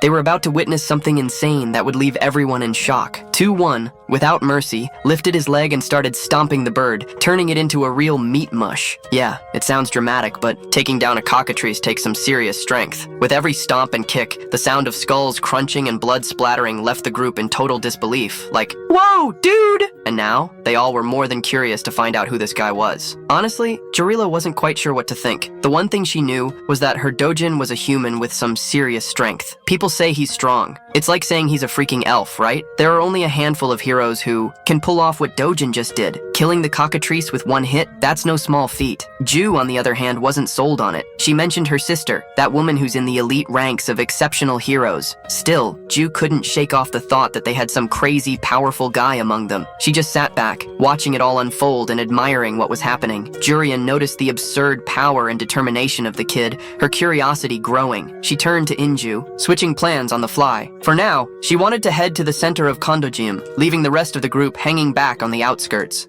Juninho carefully approached the young guy who was already chipping away at the cockatrice's body to grab the loot before it could say anything. He quickly warned that he wasn't sharing the spoils with anyone who didn't help take it down. Luckily, Jium didn't care about the magic crystals. She just wanted to suggest he dive deeper into the gate, to a creepier spot that was more his style, if you catch my drift. So, with a grin, he jumped at the chance to hunt and loot more. Jium knows her way around the light in this gate, so she's clearly taking the lead. Dojin just needs to stick close to her so he doesn't get lost. Without a word, she took off like a shot, making a sound like thunder. Dojin just watched calmly as her figure disappeared into the horizon. After slinging his backpack over his shoulder, he got ready to sprint, charging up his muscles. With a quick step, he unleashed a kick that was like an explosion, almost sending the Cleon Guild heroes flying. This guy moves like a bullet. He's running like he's the very light itself, man! So, leaving everyone in the dust, those two monsters had the other heroes turning to their leader, asking for a new plan. Of course, trying to keep up with those two is impossible. Today, it's time to accept they're just helpers and small fries. But still, there are plenty of monsters to hunt in this gate. Out in the real world, people praise them as powerful rank A heroes, but in front of this guy or a true rank S, they don't even deserve to be remembered. Jurian is the dude who's putting the whole Cleon Guild to shame. Speaking of those two, their sprint through the forest is on fire. While keeping a frantic pace, Jurian was always checking to see if Dojin was right there with her. Not seeing any sign of him, she started to ease off, thinking maybe she'd overdone it a bit. Then, out of nowhere, Dojin appeared beside her, asking if they could pick up the pace a bit more. Jurian's focus shattered, and almost made her trip. Dude, she was shocked. She'd never heard of that before. Is there someone who can keep up with her in a race? This girl is in the top 2 in the country. But when Dojin makes his move, she really needs to check that list. No doubt about it, because he's leaving her in the dust, man. Then, a few moments later, he stopped and started teasing her, matching her speed while the burst of energy tried to catch its breath. He looked ahead. In front of them, a colossal mountain range reached up to the sky. When he asked what was so special about that place, Joaninha got serious. That spot is the lair of the boss monster Tirp, the Casiriano. Look, the Casiriano is a 20-meter monster, and you definitely don't want to think about taking that thing down. Normally, you need at least 3 rank S heroes who know what they're doing to stand a chance against that beast. Otogen knows that this guy, the Casiriano, can drop a magical crystal of unimaginable grade, a treasure below the highest level there is. He's not about to let that chance slip away. Of course, Jurium is totally against this crazy idea, but look, Dojin is going to face that bastard whether she's with him or not. Jurin watched as he bravely moved forward, wanting to scale the mountains to take down that beast. She felt she had no choice but to follow this living madness. So something really dark was waiting for that duo inside the boss monster's lair, with insane confidence to take down a creature that could wipe out 3 rank S heroes in a fight. That shook that young girl. And you know what's crazier? When she gets there, she runs into the same creature, the Casiriano, already dead on the ground. Wow, the fight was over, and she had no clue what had gone down. Our guy, almost casually, pulls his knife from the beast's corpse, leaving her completely speechless. The creature he just took out isn't just any monster, and she mentions a hero known as Parque Raleigh, who's famous for hunting monsters like the Casirianos. Even though he's also rank S, during his first hunt for the Casiriano, he had to bring at least 30 rank A heroes with him. Dude, even with all that preparation, the rank A heroes couldn't do anything and got wiped out trying. Rayleigh Park, the survivor who lived to tell the tale, clung to life until the very last second of his battle with the boss. Then, in the next match, he decided to go after revenge against the same monster, but this time he was backed by a rank S and 100 rank A heroes. At this point, he was practically a small fish in a big pond. The fight was brutal. The guys unleashed a hail of attacks to pierce the creature's wings and ground it. The Casirian from back then was overwhelmed by a storm of assaults coming from the heroes. What happened in that fight with the Casirian was that he ended up being defeated, but only a handful of heroes made it out alive. The rest were slaughtered by the beast's own fury. The damage was so severe that Rayleigh's guild, Weed Life, still hasn't recovered, 3 years after the incident. And so, this one seemingly ordinary guy took down the same Casirian monster without breaking a sweat. You know what's even funnier? With that intense stare, he made a comment that really annoyed the young girl. She wouldn't score any precious loot just by fighting the air. Man, that comment might have rattled her, but suddenly she was more focused on the ridiculous strength of the guy in front of her. If she hadn't seen the battle herself, she wouldn't have believed it. That terrifying Casirian was taken down and obliterated in a single blow by one man. Meanwhile, our boy Dojim successfully harvested the incredible magic stone from the creature's body. He looks at 2 others, one of whom is starting to realize he doesn't need command anymore, so from here on out he's going strong, all alone. And this request is without taking a single one of the dragon's valuable items, like claws and teeth. He doesn't even pay attention to that stuff, clearly turning his back on her. He left the ranked player totally stunned. Instead, he prefers to focus his energy on collecting monster crystals. He even lets her keep all those valuable items as payment for herself. He looked at the creature and concluded he didn't need anything from that beast either. It's already night, and the rest of the group is in shock, unable to believe this guy managed to collect 3. They've got all kinds of magic stones. Wow, it's just unbelievable. Even for their guild ranks, pulling this off would take at least 20 hours of work, and with the quality of these items, they wouldn't even manage it in 3 days, let alone in 20 hours. This raises questions about that guy's identity, and everyone's focusing on Juri, the one who brought him in, and she seems just as confused as they are. So, going by her word, the ranking master doesn't get how Dojin managed to take down the Casterian without any gear. With this one achievement, he's at the top of the hero charts in Korea. That kind of power is unmatched. They say our guy is made of different stuff. My brother even thinks a ranker believes he might be the strongest in the whole world at this level. Wow, that really shocks her. Speaking of Jum, he comes back exhausted with more bags. In just 1 day of hunting, he's already collected so much stuff. By now, the group is starting to think no one will believe them unless they tell the world. Jum's divine power is just too insane to wrap your head around. And speaking of that, they've got a clear heads up not to spill anything about what happened out there today. In the end, everyone agrees. Because honestly, no one would believe it anyway, right? Nope. The beautiful rank S gets close to our guy and starts chatting him up. From a distance, it looks like they're flirting. But wow, that's just the group trying to convince themselves that this is the start of a romance. They even think he's the only guy in the world who seems like the perfect match for Jun-Yun, considering his colossal prowess. The guild master quickly realizes that these two aren't an ideal couple, and it actually looks like they're arguing by the expressions on their faces. She can't believe this guy actually exists. I mean, picture someone overlooked, a river among all these people, and the craziest part, he just shows up, hands over a bag, and slips away without saying a word. That leaves the guild master even more surprised about the state of the backpacks and what he collected. Joran backs up his own words. It seems like Dojin's scared of becoming a celebrity overnight. If the world finds out he destroyed the Caesarian with this, it's gonna be a huge headache for him. Blaming her left both of them speechless. But guess what? The irony is that the law of attraction becomes real, and Ryam got curious to learn more about this mysterious young guy. This girl is totally in love. Switching gears, let's take a look at the famous S rank mentioned earlier. The loser's in beast mode right now, going hard on his punching bag. His assistant is jaw-dropped by the training, because it looks like he's about to explode from rage. As mentioned, he's the guild master of Sweet Life. The assistant tries to calm him down, reminding him that a bit of endurance will serve him well in these tough times. Even the guildmaster agrees that those who underestimated him are gonna feel his wrath. Soon enough, the day will come when everyone admires his strength as the most powerful guildmaster. In full fan mode, the assistant keeps talking about how House is annihilating Casterians, and what sets him apart from the rest is that he's willing to go so far as to say his name will be in the history books as the hero who defeated the Casterian with the smallest group. Wow, they're gonna know about our hero. The funny thing is that this title will never be taken from Dojinho by anyone unless Albert Einstein rises from the grave to perform a miracle. My dude, the guildmaster shares all the excitement with his assistant, going on and on about his own achievements. Meanwhile, his guild has faced major losses compared to what it was 3 years ago, yet the only thing that makes him smile is knowing he's the one who can take down the Caesarian, a fact backed by his one-eyed servant. Changing the subject, the scene shifts to Kang's office with a jeep reading a report about Dojun's wild night with Chu and how he wiped out his cousin. Chi-Um's plan was straightforward. Trap the guy forever, but instead, there was an unexpected twist that sparked something completely different. Things get even crazier when our hero finds out he's been hired to take down Dojin, who's the executive director of the NGO.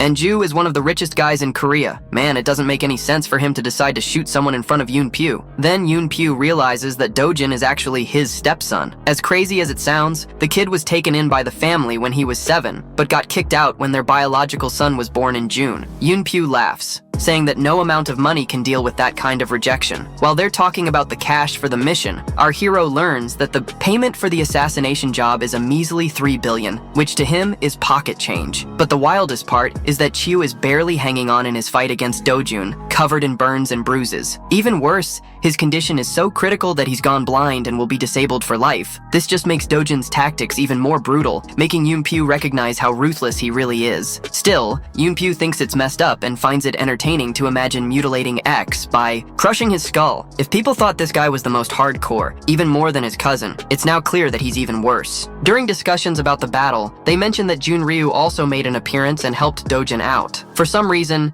Yoon Pyu gets nervous and goes to investigate the situation. He doesn't get what Jun Ryu and Dojin are up to, and unfortunately, even his assistant knows nothing about their intentions because everything was kept under wraps. You're kidding. Yoon Pyu grabs his servant and starts shouting at him. He needs to find out what's going on in this relationship relationship. He's thinking they might have made some kind of deal, you know? The assistant, totally shaken by Yoon-Pyu's reaction, runs off to find out more, while Yoon-Pyu is just pure rage, smashing everything around him. He's a bundle of nerves, scared that Ryu-Jun's men are going to come after him to finish what his cousin messed up, but he's more than happy to take the burden off her. After all, she's loaded. This girl is practically on the same level as Thomas Andre from Solo 11, so for him, it's all profit. Meanwhile, we cut to Doginyo. He's heading home after everything that went down today. He thinks it might have been better to stay in the crack than at the gate, but here's where it gets tricky. He needs to keep things on the down low with Ju. He remembers their talk when she said people would start asking questions about who the guy is that killed Casiriano. Dropping that info would be a disaster. So for now, her plan is to keep everything under wraps, and if he wants to be famous, she'll take care of releasing the scoop to the media at the right moment. He should toss her anything valuable he has, but that also means he's got to find another way to get into those cracks, because trusting Julio is a recipe for disaster. Still, the night should be nice since he'll be chilling in a swanky house that Shang Subi sorted for him. But when he gets there, he's greeted by a pile of shoes at the door, which means there are some unwanted guests around. Stepping into the living room, he sees a bunch of guys in suits and his boss chatting with family members. One dude looks like he's more miserable than some character from Jujutsu, just staring at Dongi like a hawk, you know? Then Hyung Neong rushes in, all smiles to greet her brother. Meanwhile, Do-jun is just standing there, totally lost in all this nonsense. Prosecutor Park Sang-hyung makes a dramatic entrance, immediately tying Do-jun to Chang Shub, putting our boy under some serious pressure just because he got mixed up with that loan shark gang, the corrupt bastard. And here comes Do-jun, being calmly escorted to this emergency holding cell because of Wang Shang Subi's scheme. He gets called in and sits down in an empty interrogation room. From behind the door, he hears a pompous voice on the phone. The prosecutor who arrested him assures that both Wang Xiang and Chu Do-jun are behaving themselves. Before hanging up, the prosecutor thanks him for taking care of his daughter's studies abroad. Then, he makes the mistake of dropping the name of Director ONG. Well, in the sharp interrogation session of Dojo 1, getting a little closer to their quiet inmate, the prosecutor starts to philosophize about why he became a lawman. He talks about how he always dreamed of isolating the trash from society and protecting the good people. Slapping a big stack of paperwork down on the table, the shady prosecutor puts on a show of just how much dirt he has on Dojo 1. He claims these accusations are more than enough to lock the kid away for a decade. Plus, he's got tons of statements from Hang Seng-shub that incriminate a whole bunch of folks, but Dojo 1 doesn't even flinch, remaining calm and completely ignoring those threats. Since he didn't react to the prosecutor's expectation, the guy decides to insult inmate Rodu Oju. Then he asks, "So I take it it's bad that your Jew is behind this ridiculous scheme, huh?" The prosecutor almost freaks out but denies everything and swears he's never heard of her. But Dojo 1 figures those corrupt-y bastards are running the show. He fesses up to avoid the hassle, but things are just getting messier. Then, with that death glare from Dojo 1, the prosecutor boasts that in his line of work, people aren't easy to deal with. Juwon's response reveals a bit of his murderous intent, shutting the idiot up. The prosecutor, nearly shitting himself, feels that deadly look. It was a direct threat, but he doesn't want to back down and tries to smack Dojo 1 in the face. However, right before he makes the biggest mistake of his life, an intern steps in and asks the prosecutor to step out of the interrogation room for a moment. Apparently, they got news that there were some crazy discrepancies in the records of Seo Do-jun. The building's hero detector classified the young guy as an average Joe, so after checking everything again, they end up in the same spot. Like, how is that even possible with all the trouble Do-jun has caused? Maybe they were wrong to label the kid as awakened. From the jump, the prosecutor got all that information from the defendant Jews Group T, so in theory, it should all be reliable. Now, Dojuom has become an unsolvable puzzle. So how can they charge someone they consider normal in situations like these superhumans? Earlier, our hero June was giving the prosecutor a hard time, thinking the guy was a total loser, just really incompetent. If he wanted to, he could have just busted out those damn handcuffs and wrecked everything in sight. And the consequences? Oh, he could always grab his grandma and take her to a much safer place like a bunker, you know? Maybe even out of the country, man. But just before he decided to go all crazy with violence, Hung Jun, all sharp in his suit and tie, walked into the interrogation room. Looks like she was aware of the injustice going on and came by to check it out. When they asked him why he got caught, Jun was straight up honest, saying he had no clue why. Luckily, Ju Ryu advised him not to act rashly. She's definitely the only one who really knows what this guy is capable of. Things are tense, but using force now would only make everything worse. Ju Ryu didn't wake up today wanting to mess with the legal system, but she's certain Do-jun is innocent of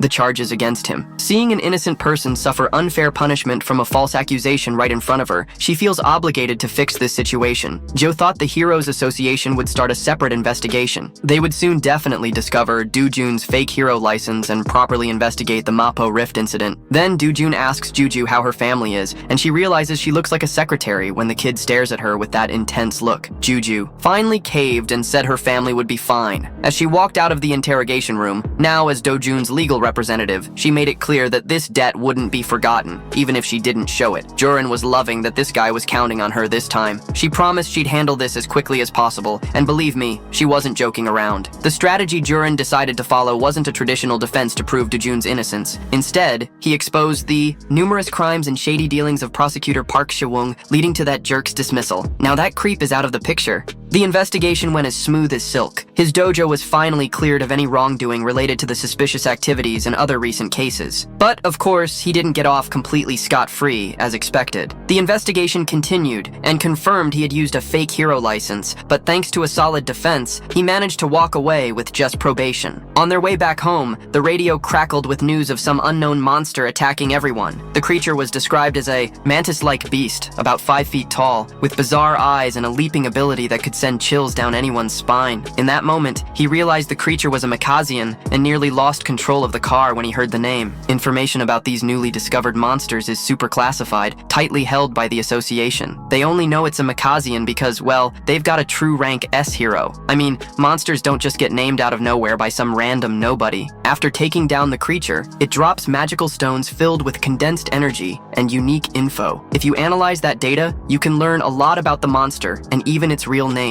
Nowadays, they use science and technology for that analysis, unlike the other side of the world, which relied on magic. In other words, our hero is pretty familiar with monsters from both worlds and knows their names and everything about them, as if they were childhood friends. He nonchalantly mentioned that Makazians can be easily controlled with the fluid from a red flower ant. That fluid is harmless to humans, but acts as a paralytic toxin for those Martians. Just spray it on the pest and they freeze right up. That's when things got serious for a moment. Every move he made just deepened the mystery. Who exactly is his dojo? No matter how much she pushed, the dojo never revealed its true identity. In reality, his mind was wandering somewhere else, plotting a plan to avoid future headaches. The only solution he could think of was get that damn Hong out of the meeting. Speaking of which, Director Hong is on edge, nervously biting her nails, full of anxiety. She's racking her brain trying to come up with new plans against her husband's bastard son. And with someone like that in the mix, the pressure's just skyrocketing. The director's assistant hasn't been much help, poor guy. Even after exhausting all options, they can't figure out what kind of connection this S-rank hero has with that guy. If they make one wrong move and offend someone like him, not all the money in the world will save their skins. More importantly, Hong Jong-hyun was shocked by the prosecutor's report, which said he flipped. Jong-hyun registered as a regular citizen, not as a hero in the tests. So, based on everything they know, the kid's somehow become visible, like he's hit something sinister. Maybe he has some ability to trick hero detectors, who knows? Hank Hellju is losing money with this crusade of hers, and all her team can offer are just guesses. Furious, she finally decided to call that damn Hank. Kang came back with an offer of 20 billion, no 30 billion Korean won, on the table to settle this once and for all. When he got the call from the bastard, he immediately demanded double what she offered to sort this out. Even her subordinates thought it was ridiculous to ask for 60 billion for a job that should be straightforward. This guy might be the son of a good mother, but he's a damn clever one. He figured out that Hong didn't have many options left and that there was no information or alternatives besides this. And let's be real, her company makes so much that 60 billion less wouldn't even matter. And then there's Jumyu in the mix. So with Kang and Upyu risking it against another S-rank hero, doubling the initial offer actually seems reasonable to him. The subordinate agreed that Jumyu is indeed a dangerous opponent. So, hearing his employee praise the S-rank really bruised Kang and Upyu's egos. He cursed at the subordinate. It was like an insult to his fighting skills, going up against someone like him, who thought he could take that girl down in less than a few minutes. So our hero, the subordinate, was under serious pressure trying to calm the boss down. Then, out of nowhere, Yang Pyo switched topics, talking about his issues with the Heroes Association. He was also on a negotiation mission as Korea's representative to tackle the bug problem, you know? But the association had already announced they were going to pick heroes to send out to the public. It was like they were making things tough for everyone. A villain thought the association was worse than the criminal criminals themselves, and the operation was set to go down in 3 days. Time was running out. South Korea was going to send its best heroes. At least Young Pyo had a meeting lined up with some guy named Takashi. All this time, the weakness of the monkey-like creatures was still a total mystery. Being the first to figure that out would get anyone, and good with the crowd. And speaking of these monkey creatures, those bugs were spreading everywhere. The British heroes were in the fight too, trying to hold back that relentless invasion of the giant creatures. They had put together a decent team of heroes, but you get the idea, right? They were using blades like crazy. The frontline fighters were giving it their all to deal with the one giant monkey that was terrorizing everyone. This praying mantis was fast and immortal, taking out slow heroes with a single hit. But of course, the heroes weren't going to take that lying down and went on the offensive. The group looked pretty badass, like a formation you wouldn't want to mess with. Some of them used magic, trying to tear apart the insect's heavy skeleton, while others charged in, smashing it and spraying its blood all over the streets. With all of that, they finally took down their first monkey creature. And just to make sure the thing wouldn't come back to life or pull some crazy stunt, they stylishly chopped its head off. The heroes scored a victory, but man, just one monster wiped them all out. And to make matters worse, a few more monkey creatures showed up to deliver the final blow. In that exhausted night, the best heroes of the kingdom met a brutal slaughter. These guys gave it their all to stop the inevitable, but there wasn't even clear intel. They were completely at the mercy of the enemies. The monkeys were a real pain, and they were advancing southward. There were about 60 kilometers between those bugs and the capital, while the monkeys were one step away from wiping the capital off the map. A rain of shiny junk fell from the sky, and when that stuff hit the bugs, they started convulsing and feeling excruciating pain. After struggling for a few seconds to hold the line, the monkeys began to fall one by one. In the sky, the source of the rain turned out to be a helicopter observing Luva Adeos's army from a distance. The heroes from Korea and Japan formed a true cavalry, each one shocked by a simple solution proposed by Junjun that worked immediately. Next to Junjun, our hero Kang and Pew couldn't believe their eyes, suddenly snapping everyone out. Of their days, Junjun yelled for everyone to jump out of the helicopter and finish the job. Then, with newfound respect for that S-rank heroine from Korea, the cavalry began descending toward the ground. Days after that mission, the whole world heard about what went down in the kingdom and who really shined. So back in Korea, the media and chatterbugs flooded the airport. Everyone was buzzing to see the national pride, and reporters were itching to land an exclusive. On July 1st, she, the Hunt Queen, found the monkey's weakness and led the charge to the end. It was her who saved a nation from despair. Rumor has it that before the departure, there was even a celebration from the royal family for all the heroism. As Ju Ryu finally set foot in the airport, it turned into a flash and applause festival. Like a true celebrity, she was already used to it. A long time ago, even for Ju Ryu, that kind of reception was one for the books. What about Kangero?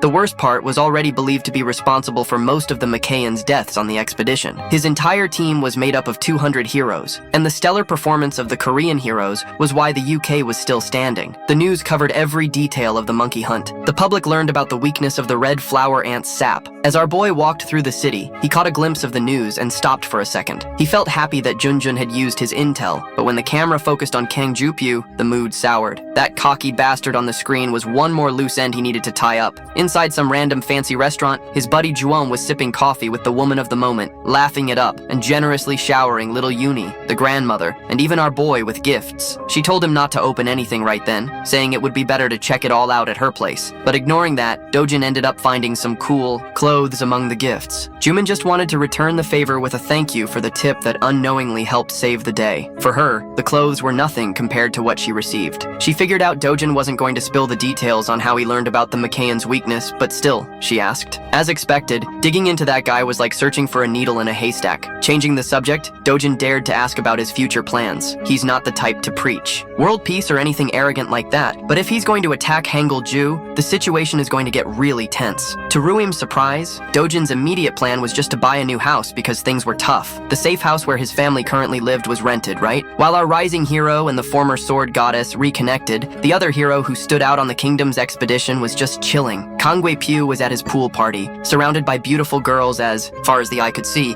but that scumbag can't stop thinking about jujitsu, the girl he's got his eye on. He's starting to think it's weird that she won't say how she figured out the weakness of those disgusting bugs on the flight back to Korea. And some guy even tried to bait her to see if he could pry any info about her Dojin out of her. He claimed Jurian was the hero when Dojin got involved with a corrupt prosecutor, which was pretty intense. Plus, she was also there when Kangsu got torn apart. Knowing some guy was trying to provoke her, Jurian quickly shot down that idiot who started all the trouble. Before this encounter, he even tried to off Dojin and totally failed. failed, and this guy with a creepy smile just nodded along. He also blamed his cousin for being blinded by dirty money. But hey, Uncle Yu is still your favorite cousin, right? He can always use that family tie as an excuse to get back at your dojin. For a moment, Junyu almost got caught up in the game and revealed some emotion in front of this dude. She quickly distanced herself from the drama and said she wasn't going to interfere if anything happened. Clueless, the guy was floating in the idea that she really had a closer connection with Dojin. Ignoring him for the rest of the flight, Junryo put on her sleep mask and took a nap. And this guy couldn't shake off the feeling that she wasn't being completely honest. The paranoid Kang is still on edge about your Dojin. Back in England, where it all began, Lang Sudum is still in ruins. The chaos from the monster wave is still very visible. That association of British heroes sent a small team of heroes into the rifts to at least secure some magic stones before the next wave hit. The guards outside were discussing how they could have stood out as Rankers D if they had known that the Makayanos could be taken down with so little red flower ant sap. If the forces had blocked the wave earlier, they could have raked in a ton of magic stones. You gotta understand, when a rift opens up with a wave of monsters, it never turns into a gate.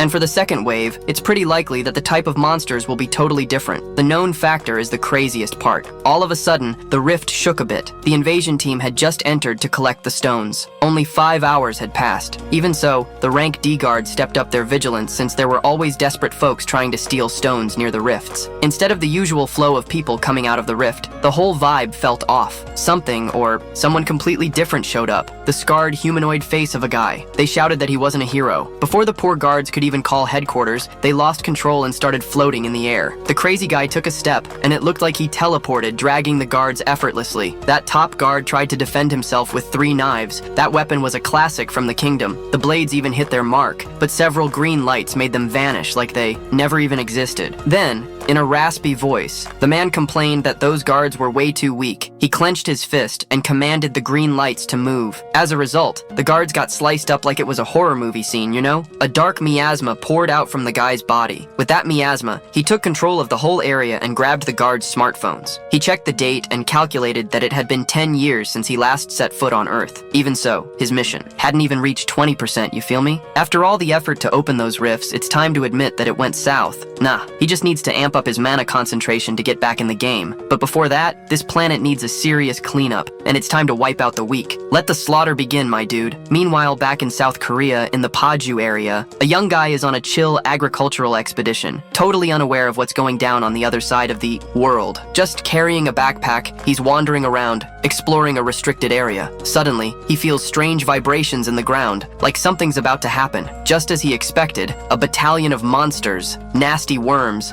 they started showing up, hungry for meat. The creatures were covered in metal spikes and had mouths full of sharp fangs. Super gross. But today, one of them was just chilling in the middle of the party like it was any ordinary Monday. Instead of looking at those monsters, he focused on the ground and the holes made by the worms. But now, with a crooked smile, our hero was wondering how many worms would survive his attack. And then, with every ounce of concentration, he sent out a mana explosion down the hole, breaking the eerie silence of the area. After a few seconds of pure anticipation, the long-awaited explosions finally spread throughout the nearby hiding spots. Then, with a pile of debris and scorching flames, every worm underneath was writhing in desperation, desperate not to be cooked alive. 2-1 is the kind of guy who prefers to work smart instead of breaking a sweat. While he was focused on farming free stones, a highly important meeting was taking place in the city. The ISO, vice director of the Hero Association of Korea, along with his boss Nathan Rigang, were discussing the young man who had been causing trouble. And of course, they were talking about Seong Do-jun. According to the reports, this guy's strength could barely be compared to that of an average hero. President Park Seo-joon found it absurd and even threatening to have someone like him roaming the country, and they want 2-1 to explain himself to the association. According to the vice president, all the bizarre happenings around 2-1 started with Kang Shi-woo's evil plan after he awakened at the invasion gate, where he was supposed to have died. Do-jun changed in a brutal way. Later, he found himself in a pinch and dealt with a new rift on the map all on his own. Of course, he occasionally gets a little worked up and pulls off some extra tricks, but there's always a reason behind it. In short, Seong Do-jun's power is simply overwhelming. Nathan Wang thinks the wild horse is harder to tame. What started as a beautiful discussion was Do-jun's request for an official hero license. He managed to score that privilege,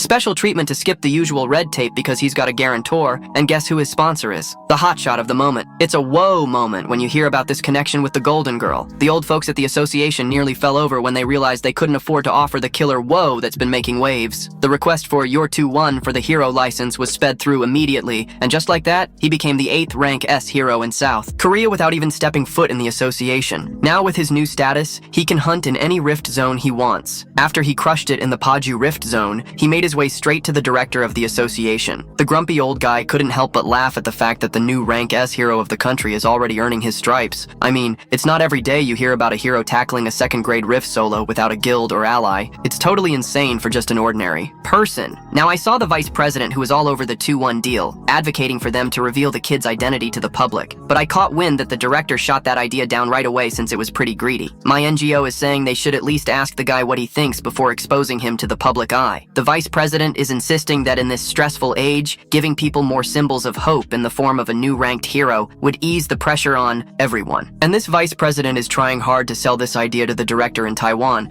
but the old man prefers to play it safe and wants to meet the young hero in person before making any decisions. Speaking of him, Toyota Jun is on a rampage of mass worm killings. When he's not unleashing mana explosions, he's resorting to good old-fashioned brute strength as he slices through a poor worm. Other monsters are already swarming him. While it's a challenge for regular heroes, his moves are more predictable than school drama. With his arms powered by blazing mana, he swung a hit that burned and decapitated a dozen worms in one go. My dude, are you out of your mind? He landed back on the ground, surrounded by a pile of dead worm carcasses. It all went down around him. 2-1 positioned himself atop the pile of corpses, flexing his power like a true rank S. His hands were still burning from the side effects of the technique. He let out a sigh and waved his hand to extinguish the remaining flames. As expected, the mana consumption rate from hunting high-level worm monsters was no joke. To tackle this issue, his dojin decided it was time to find a suitable weapon. Of course, the ideal place to score some gear was the Gazan Hero Complex. 2-1 picked a low-key shop. When he walked in, a beaten-up guy was behind the counter playing on his phone to pass the time.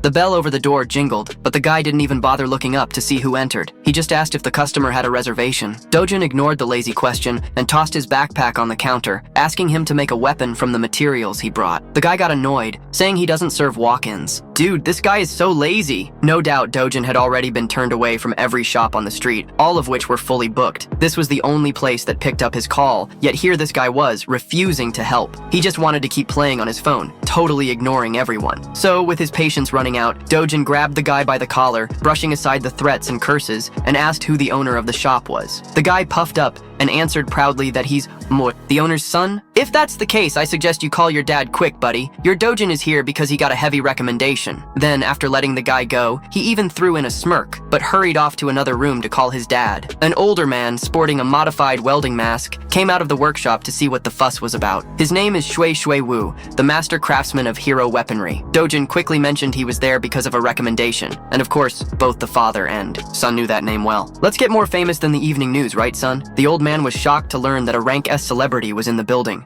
I know your work, but I'm not here to beat around the bush. So, he pulls out the materials from his backpack. Right away, the old master takes a look at the items and quickly realizes it's a piece from a giant black viper. Wow, it's been ages since he's seen something like this. Anyway, I want a decent sword made from this material. Our hero wants his weapon to be as long as possible. That's right, he's got this idea of a sword that reaches up to the sky, but the old guy isn't too keen on accepting the request, you know? The dude argues against the idea and explains that this non-metallic material will end up ruining the durability of the weapon. So, the wise blacksmith suggests that it would be more effective to make 2 medium-sized swords instead of 1 massive one. Listening to the proposal, the guy asks if the old man is admitting he's kind of mediocre in terms of skills, but he doesn't want 2 swords. No, what he really wants is to fuse them into one. What matters to him is the sword's length, if you catch my drift. Besides that ridiculous length, he wants the mana absorption rate to be max level, like totally overpowered. Meanwhile, the slacker can't keep quiet and decides to chime in because the customer's ideas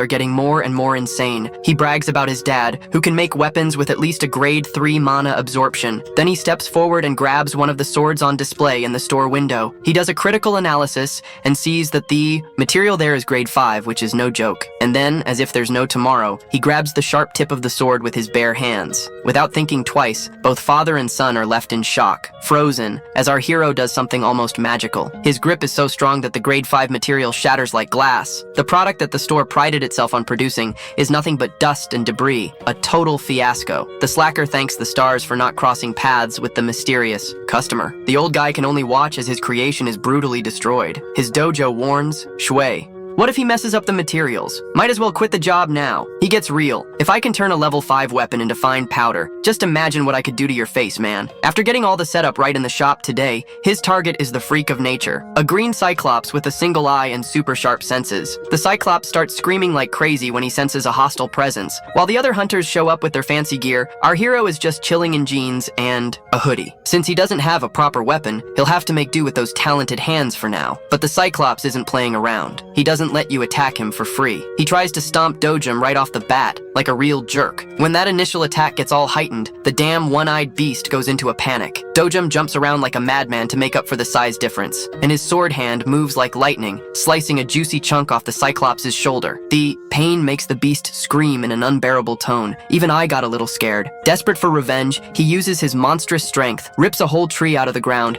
and starts swinging it like a maniac, trying to hit a hooded monster. But unfortunately for the Cyclops, these wild tactics don't work on this guy, and 2 more brutal wounds appear on his shoulders. It was a bloodbath, man. Normally that would be the end of the hunt if 2-1 was leveling up against any other monster, but Cyclopes are a special group, you know? These creatures have such powerful regenerative abilities that they could withstand fatal wounds and still laugh about it. 2-1 had already planned for that crazy ability ahead of time, right? If the enemy has insane healing, you just keep pounding them with damage without giving the Cyclops a chance to regenerate. Our hero keeps stabbing, slicing, and cutting everything in sight. To top it all off, he decapitates the giant monster and lands like a superhero. It was a clean, albeit bloody victory over the green monster. Our hero sighs. Feeling a bit tired these days, keeping a mana sword active for too long is still pretty demanding and inefficient. He grabs his bag and sorts out a jar. Then he dips that jar into one of the grotesque wounds he inflicted on the Cyclops, like he's getting some fruit juice. Man, that was exactly the goal of today's expedition, to snag some of that top-tier Cyclops blood. He returned to the hero district at sunset, and as usual, the bum was chilling at the counter. He tossed the jar of blood without saying a word, and told Daddy's boy to take it to his dad. With that, the 2 black viper fangs could be fused without any hassle. After giving this brief explanation, he refused to say anything else and left the shop. All the basic materials for the weapon plan were already gathered, but he wanted a higher mana absorption rate and needed 1 more ingredient. And guess what? There's only one place on Earth to find it. While he was mapping everything to track down that secret ingredient, his S-rank colleague was taking an important phone call, and Juju was enjoying a relaxing vacation when she answered the call and heard my Brazil mentioned. Could it be Trump? A bright sun was reflecting off the water just right, but she couldn't even enjoy it because the call was super serious. After a mission in Europe, the Korean Association decided to send its heroes to Brazil, which means the Brazilian government and association gave up on dealing with the rift zones on their own. From what Young Jinju knows, Brazilian monsters are nasty and incredibly fierce, but the drop rate for magical stones is extremely high. With big money at stake, the Cleon Guild is getting in on it too. She even insisted that Jum take the mission and go with that friend she saw recently. Jum keeps thinking it must be the 8th S-rank hero in the country, the same one she met in the dungeon, and Ju is totally on board with this love that's blossoming. She thinks it's romantic that these 2 superpowered people went after a Caesarian together, just the 2 of them. After a lot of tears and drama, Rinju finally manages to get her friend to agree to the mission in Brazil. But like, she has no clue if that guy is actually gonna show up. So back at the little shop in the Gazan Hero Complex, our hero, old Shoyo, is just standing there staring at his own creation with that sparkle in his eyes. Like, damn, look what I made. And this dude never, in his wildest dreams, thought non-metal materials could be melted and fused with Cyclops blood. Now he's really stepping his game up. If it weren't for this kid who popped up out of nowhere, he wouldn't have even discovered. Such a bizarre technique. Now old Shoyo could make a sword as long as the dojo wanted. The sword is coming in hot! Woohoo! He even considered a maximum length of about 180 centimeters. Just think about that reach, man. If the dojo and the protagonist want a 2-handed blade, but with an adjustable handle for 1-handed swings too, this guy's clever, you know? He's thinking something that weighs around 5 kilograms. Just to give you an idea, during a tense moment, old Shoyo was surprised to see that the tough kid from yesterday was being super polite. Like, what happened, man? The kid's even got manners. Go figure, maybe that weapon really is important to him, right? But old Shoyo chimed in, 5 kilos would be a hell of a weight to swing with 1 hand. And it's not like he would just swing it once or twice. It would be intense. But the kid didn't care, and he knows what specs he wants. He won't mess around. The old pro estimated that the crafting process would take at least a month, and mentioned that the mana absorption rate should hit level 7, but the kid wasn't satisfied. Level 7? What the hell, man? That level can't handle the full power he wanted, and being a good warrior, our hero really needed a final boost. a special ingredient. So Jojo, in the vibe, headed for the door and told the old man to just shape it up for now. He made it clear that the mana absorption upgrade could wait until he got the rest of the materials. Shoyo was pretty experienced already, having an idea of what material the kid was thinking about. He even shuddered and picked up on it. A few days later, So Doi's headed to the city to meet with a very important woman. It was an urgent mission, and Ji, the muse, delivered on her promise with a brand new car. Joan was over the moon, totally loved the gift. Eagerly, she held back a little, saying it was nothing compared to what he did for her. Just $1 billion car, bro? No way, it's secondhand, you know? When he smiled and thanked her, Jun laughed. The heroine went shy again, almost like she hit OMG mode. While he was checking out every inch of his new ride, Jun chuckled and asked what happened at that Hero Association meeting. She was curious. Dojinho, the cool guy, told her that when they met with the bigwigs, the older folks wanted to make their info public, but the catch was they wanted a crazy huge payment. He even acknowledged that the president of North Taiwan cared about the greater good, but politics is pretty boring at the end of the day. The deal ended up going nowhere. After all that, Dojinho hopped into his shiny new car. I swear, he quietly jumped into the passenger seat. As she buckled up, she started talking about the association getting ready for an operation going down in Brazil. But as soon as he heard the word Brazil, Dojinho hit the brakes on everything, disregarded everything else. He leaned in closer and asked her sincerely if she was going. Flustered, she just stuttered out a signal, totally nervous. So, he invited her to go with him. This dude really pulled the S rank, Brazilian pickup line. Are you crazy? That made the heroine's heart race, her cheeks turning all rosy. Meanwhile, another woman was there, head over heels for her Dojinho. The rich one, or Renju, was right in the middle of getting played by the gang, just throwing more cash at them. He was insisting that director Honge shouldn't cut corners at such a crucial moment. He'd already put $3 billion on the table, but still wanted more. This guy hadn't even started the trick to finally take out Dojinho. Damn. Renju was losing patience and thought about just hiring someone else to do that dirty work. She figured there were plenty of deadbeats out there. Who would do this gig just for the cash without questioning it? Kang just laughed at her ignorance. He threw in some free tips. This guy had just found out that his dojin became the newest S-ranker in the country. Crazy, right? He even said they were practically pals. What a wild ride, man. Director Hong couldn't believe that the kid she had sent away from the family turned into a superhuman. And that guy Hong Pyu, he even put up a bunch of his own money to secure that info. If Hong Reju doesn't want to believe it, he should just wait until his dojin climbs that tower and knocks some sense into her. So, with panic setting in, Director Wrong blocked Pugh, trying to keep him in check. She was losing it and terrified for her life. This crazy woman promised to pay whatever it took just to get to the bottom of things with the game. Kang just smiled and told her he changed his mind. Instead of more cash, he'd rather have a stronger business relationship with the director down the line, if you know what I mean. But at this point, Hong Reju would accept any form of payment. That's when he got a super important text. It looks like the heavens are giving this cursed woman a boost. The perfect chance to take down Heaven 2 just popped up. A few days later, the nation was in a frenzy over the news of a new international expedition for the country's heroes. All the S-rankers who accepted the mission were now on board a private luxury jet. Feeling the buzz on social media, everyone was pumped to see the 5 S-rankers saving a country on the brink of destruction. How wild is that? Some Korean users were bursting with pride, feeling like kings. One of the S-rankers was Jong Seon-ho, who brought his group to the top all by himself, and he only takes missions when there's cash on the line. Then there's Park, whose guild vanished. The money he could make on this expedition is crucial, you know? And Ju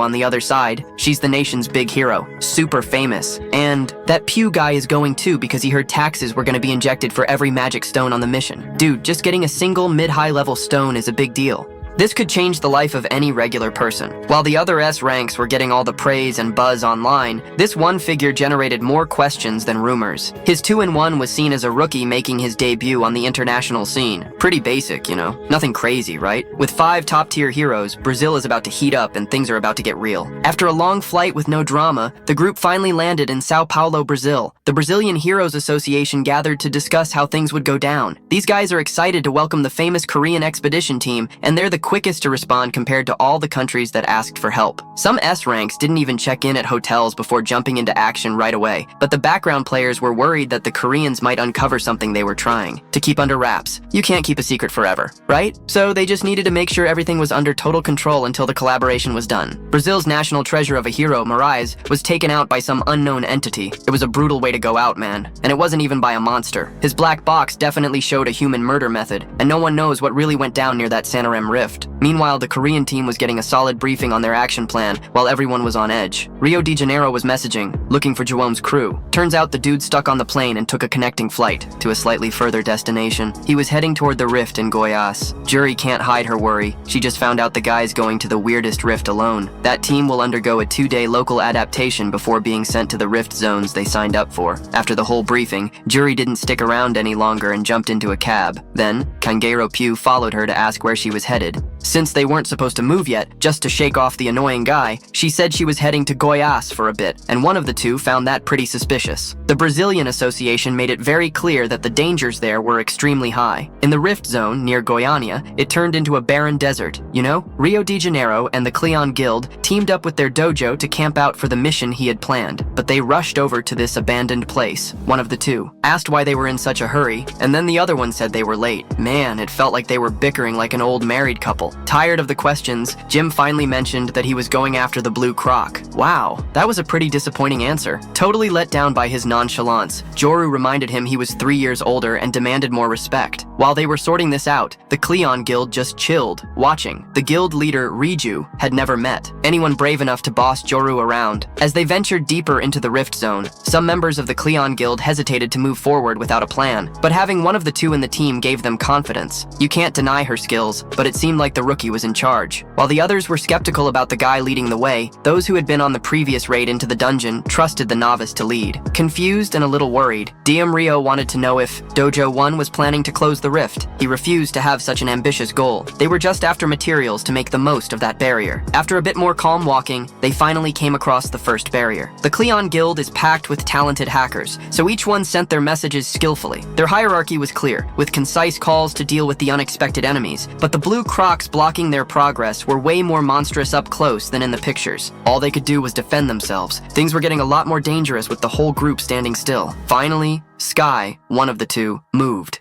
He whipped out his blade and told the hackers to step aside while everyone watched him. This guy didn't miss a chance to show off. The old show already knew he was after the heart of the blue croc, so he temporarily lent Dojin an award-winning sword. He locked his eyes on the target and fired off like a bullet. In a smooth sequence, he turned that annoying blue croc into shredded meat. He was already meters away from the beasts when they went down. Those who doubted him were shocked and speechless. This kid is totally insane, man. After that first challenge, the journey to the rift zone continued without many twists and turns. The sun set, and the group set up camp, huddled around the campfire. The Cleon Guild couldn't stop talking about how Lord 2 took down a bunch of blue crocs in one hit without breaking a sweat. It's not public knowledge yet, but that's also how he defeated the dreaded Kassirian. One thing's for sure, this guy isn't your average hero. While the others were chatting, Dojin was focused on watching his weird steak cook. I swear, he leaned over and asked if he had already prepped the heart of the blue croc. The coolers he brought were packed with that stuff. You getting this? Jury still doesn't get what those hearts are for. Back to his skillet. She asked what kind of meat was sizzling away there. Dude, there's no way that was beef. She casually asked what was grilling. Could it be some blue croc meat? Like, what's on the menu today? And he even said she could try the meat if she wanted to. This dude is bold, man. Ignoring everyone's disgusted looks, Dojin took a big bite of that grotesque rejection like it was the best thing ever. He chewed and swallowed like he was at a steakhouse,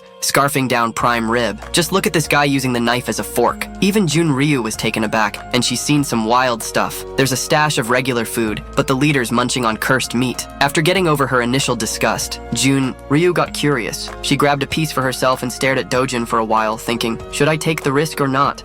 Is it good? Is it not? Should I go? Should I not? Ugh, I'm scared. Inju just wanted to stop her friend from doing something she might regret, but it was too late. Jo took a small, gentle bite of the gross-looking meat, and after swallowing, she was pleasantly surprised by the completely different flavor than she expected. And so, the two from camp enjoyed the bizarre meal without saying a single word. Super curious, Ju leaned in and whispered to Ju's uncle, asking him what his secret was. How does this not-so-famous guy manage to charm someone like Miss Ju? Ju's good-looking and all, but she's inexperienced and has never had a boyfriend. She's not the type to give her heart away that easily. So what did Dojin do to make her try his meat? The mention of romance made Dojin think back to his time at the Imperial Academy. That was ages ago, before he turned 20. Speaking of romance, there was Miss Maisel Grind from the Grind family, the youngest of the Lasulian clan. A legendary Lasulian who was like a dream. And of course, there was his last adventure in that crazy world, the brave knight Veronica. He got lost in his memories again, until Inju's quiet whispers brought him back. As for his secret, he replied. John laughed. It's the moth to your flame. In his head, that sounded really romantic. Ju was shocked. She had never heard anything so cheesy in her life. What a joke. And so the night went on with a playful vibe. Even Itojim was there, grinning, and,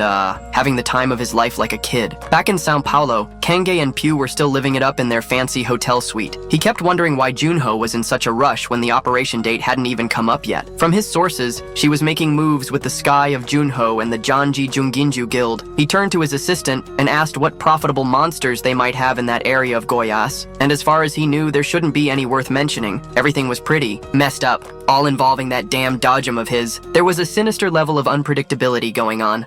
His worries vanished when director Hong, that pain, called him up, like always, to ask if the work was done. Listening to this, patient Kang asked if something had happened. The girl was worried that her dad might have discovered that Tu had leveled up, and now her dad was telling her to come home since the president of Group T was getting involved. Hank Reiju was more anxious than usual, but Hank Pugh thought her suffering was hilarious. Still, he finally found a partner who was going to bring in some good cash and promised the director that Sky 2-1 wouldn't be able to come back to Korea. Hearing this gave her some relief, at least one good thing. Kang Pugh marked a point on the map and got ready to hire someone named Takashi because he's an old-timer. Now Dojin isolated himself and his job got a lot easier. When the sun came up, the expedition team in Santarem continued their journey with Dojin leading the way. In Juro, Rio warned Dojin to head towards the jungle cause of the monsters. The most concerning one was the lynx, a terrifying creature. Of course, Dojin knew all about the lynx, he's fully aware. But instead of taking the time for the dense jungle, Dojin went straight for the most dangerous path. You know there's no stopping this guy once he sets his mind to something. But she insisted he use some earplugs. Thankfully, she had prepared a few. Seriously, earplugs are essential when facing a lynx. The creature's screams can freeze your mind, you know? Dojin knew this, but refused to take the earplugs. Like, come on, I don't need that. She didn't give up and kept trying to convince him to use those plugs. The warnings and info came from the Brazilian treasure hero. After all, ignoring the pleas, Dojin silently and calmly made his way through the dense jungle vegetation. Left with no choice, in June, the Cleon Guild got pulled into this treacherous detour. After a whole day of non-stop walking, they finally reached the monster's lair, under the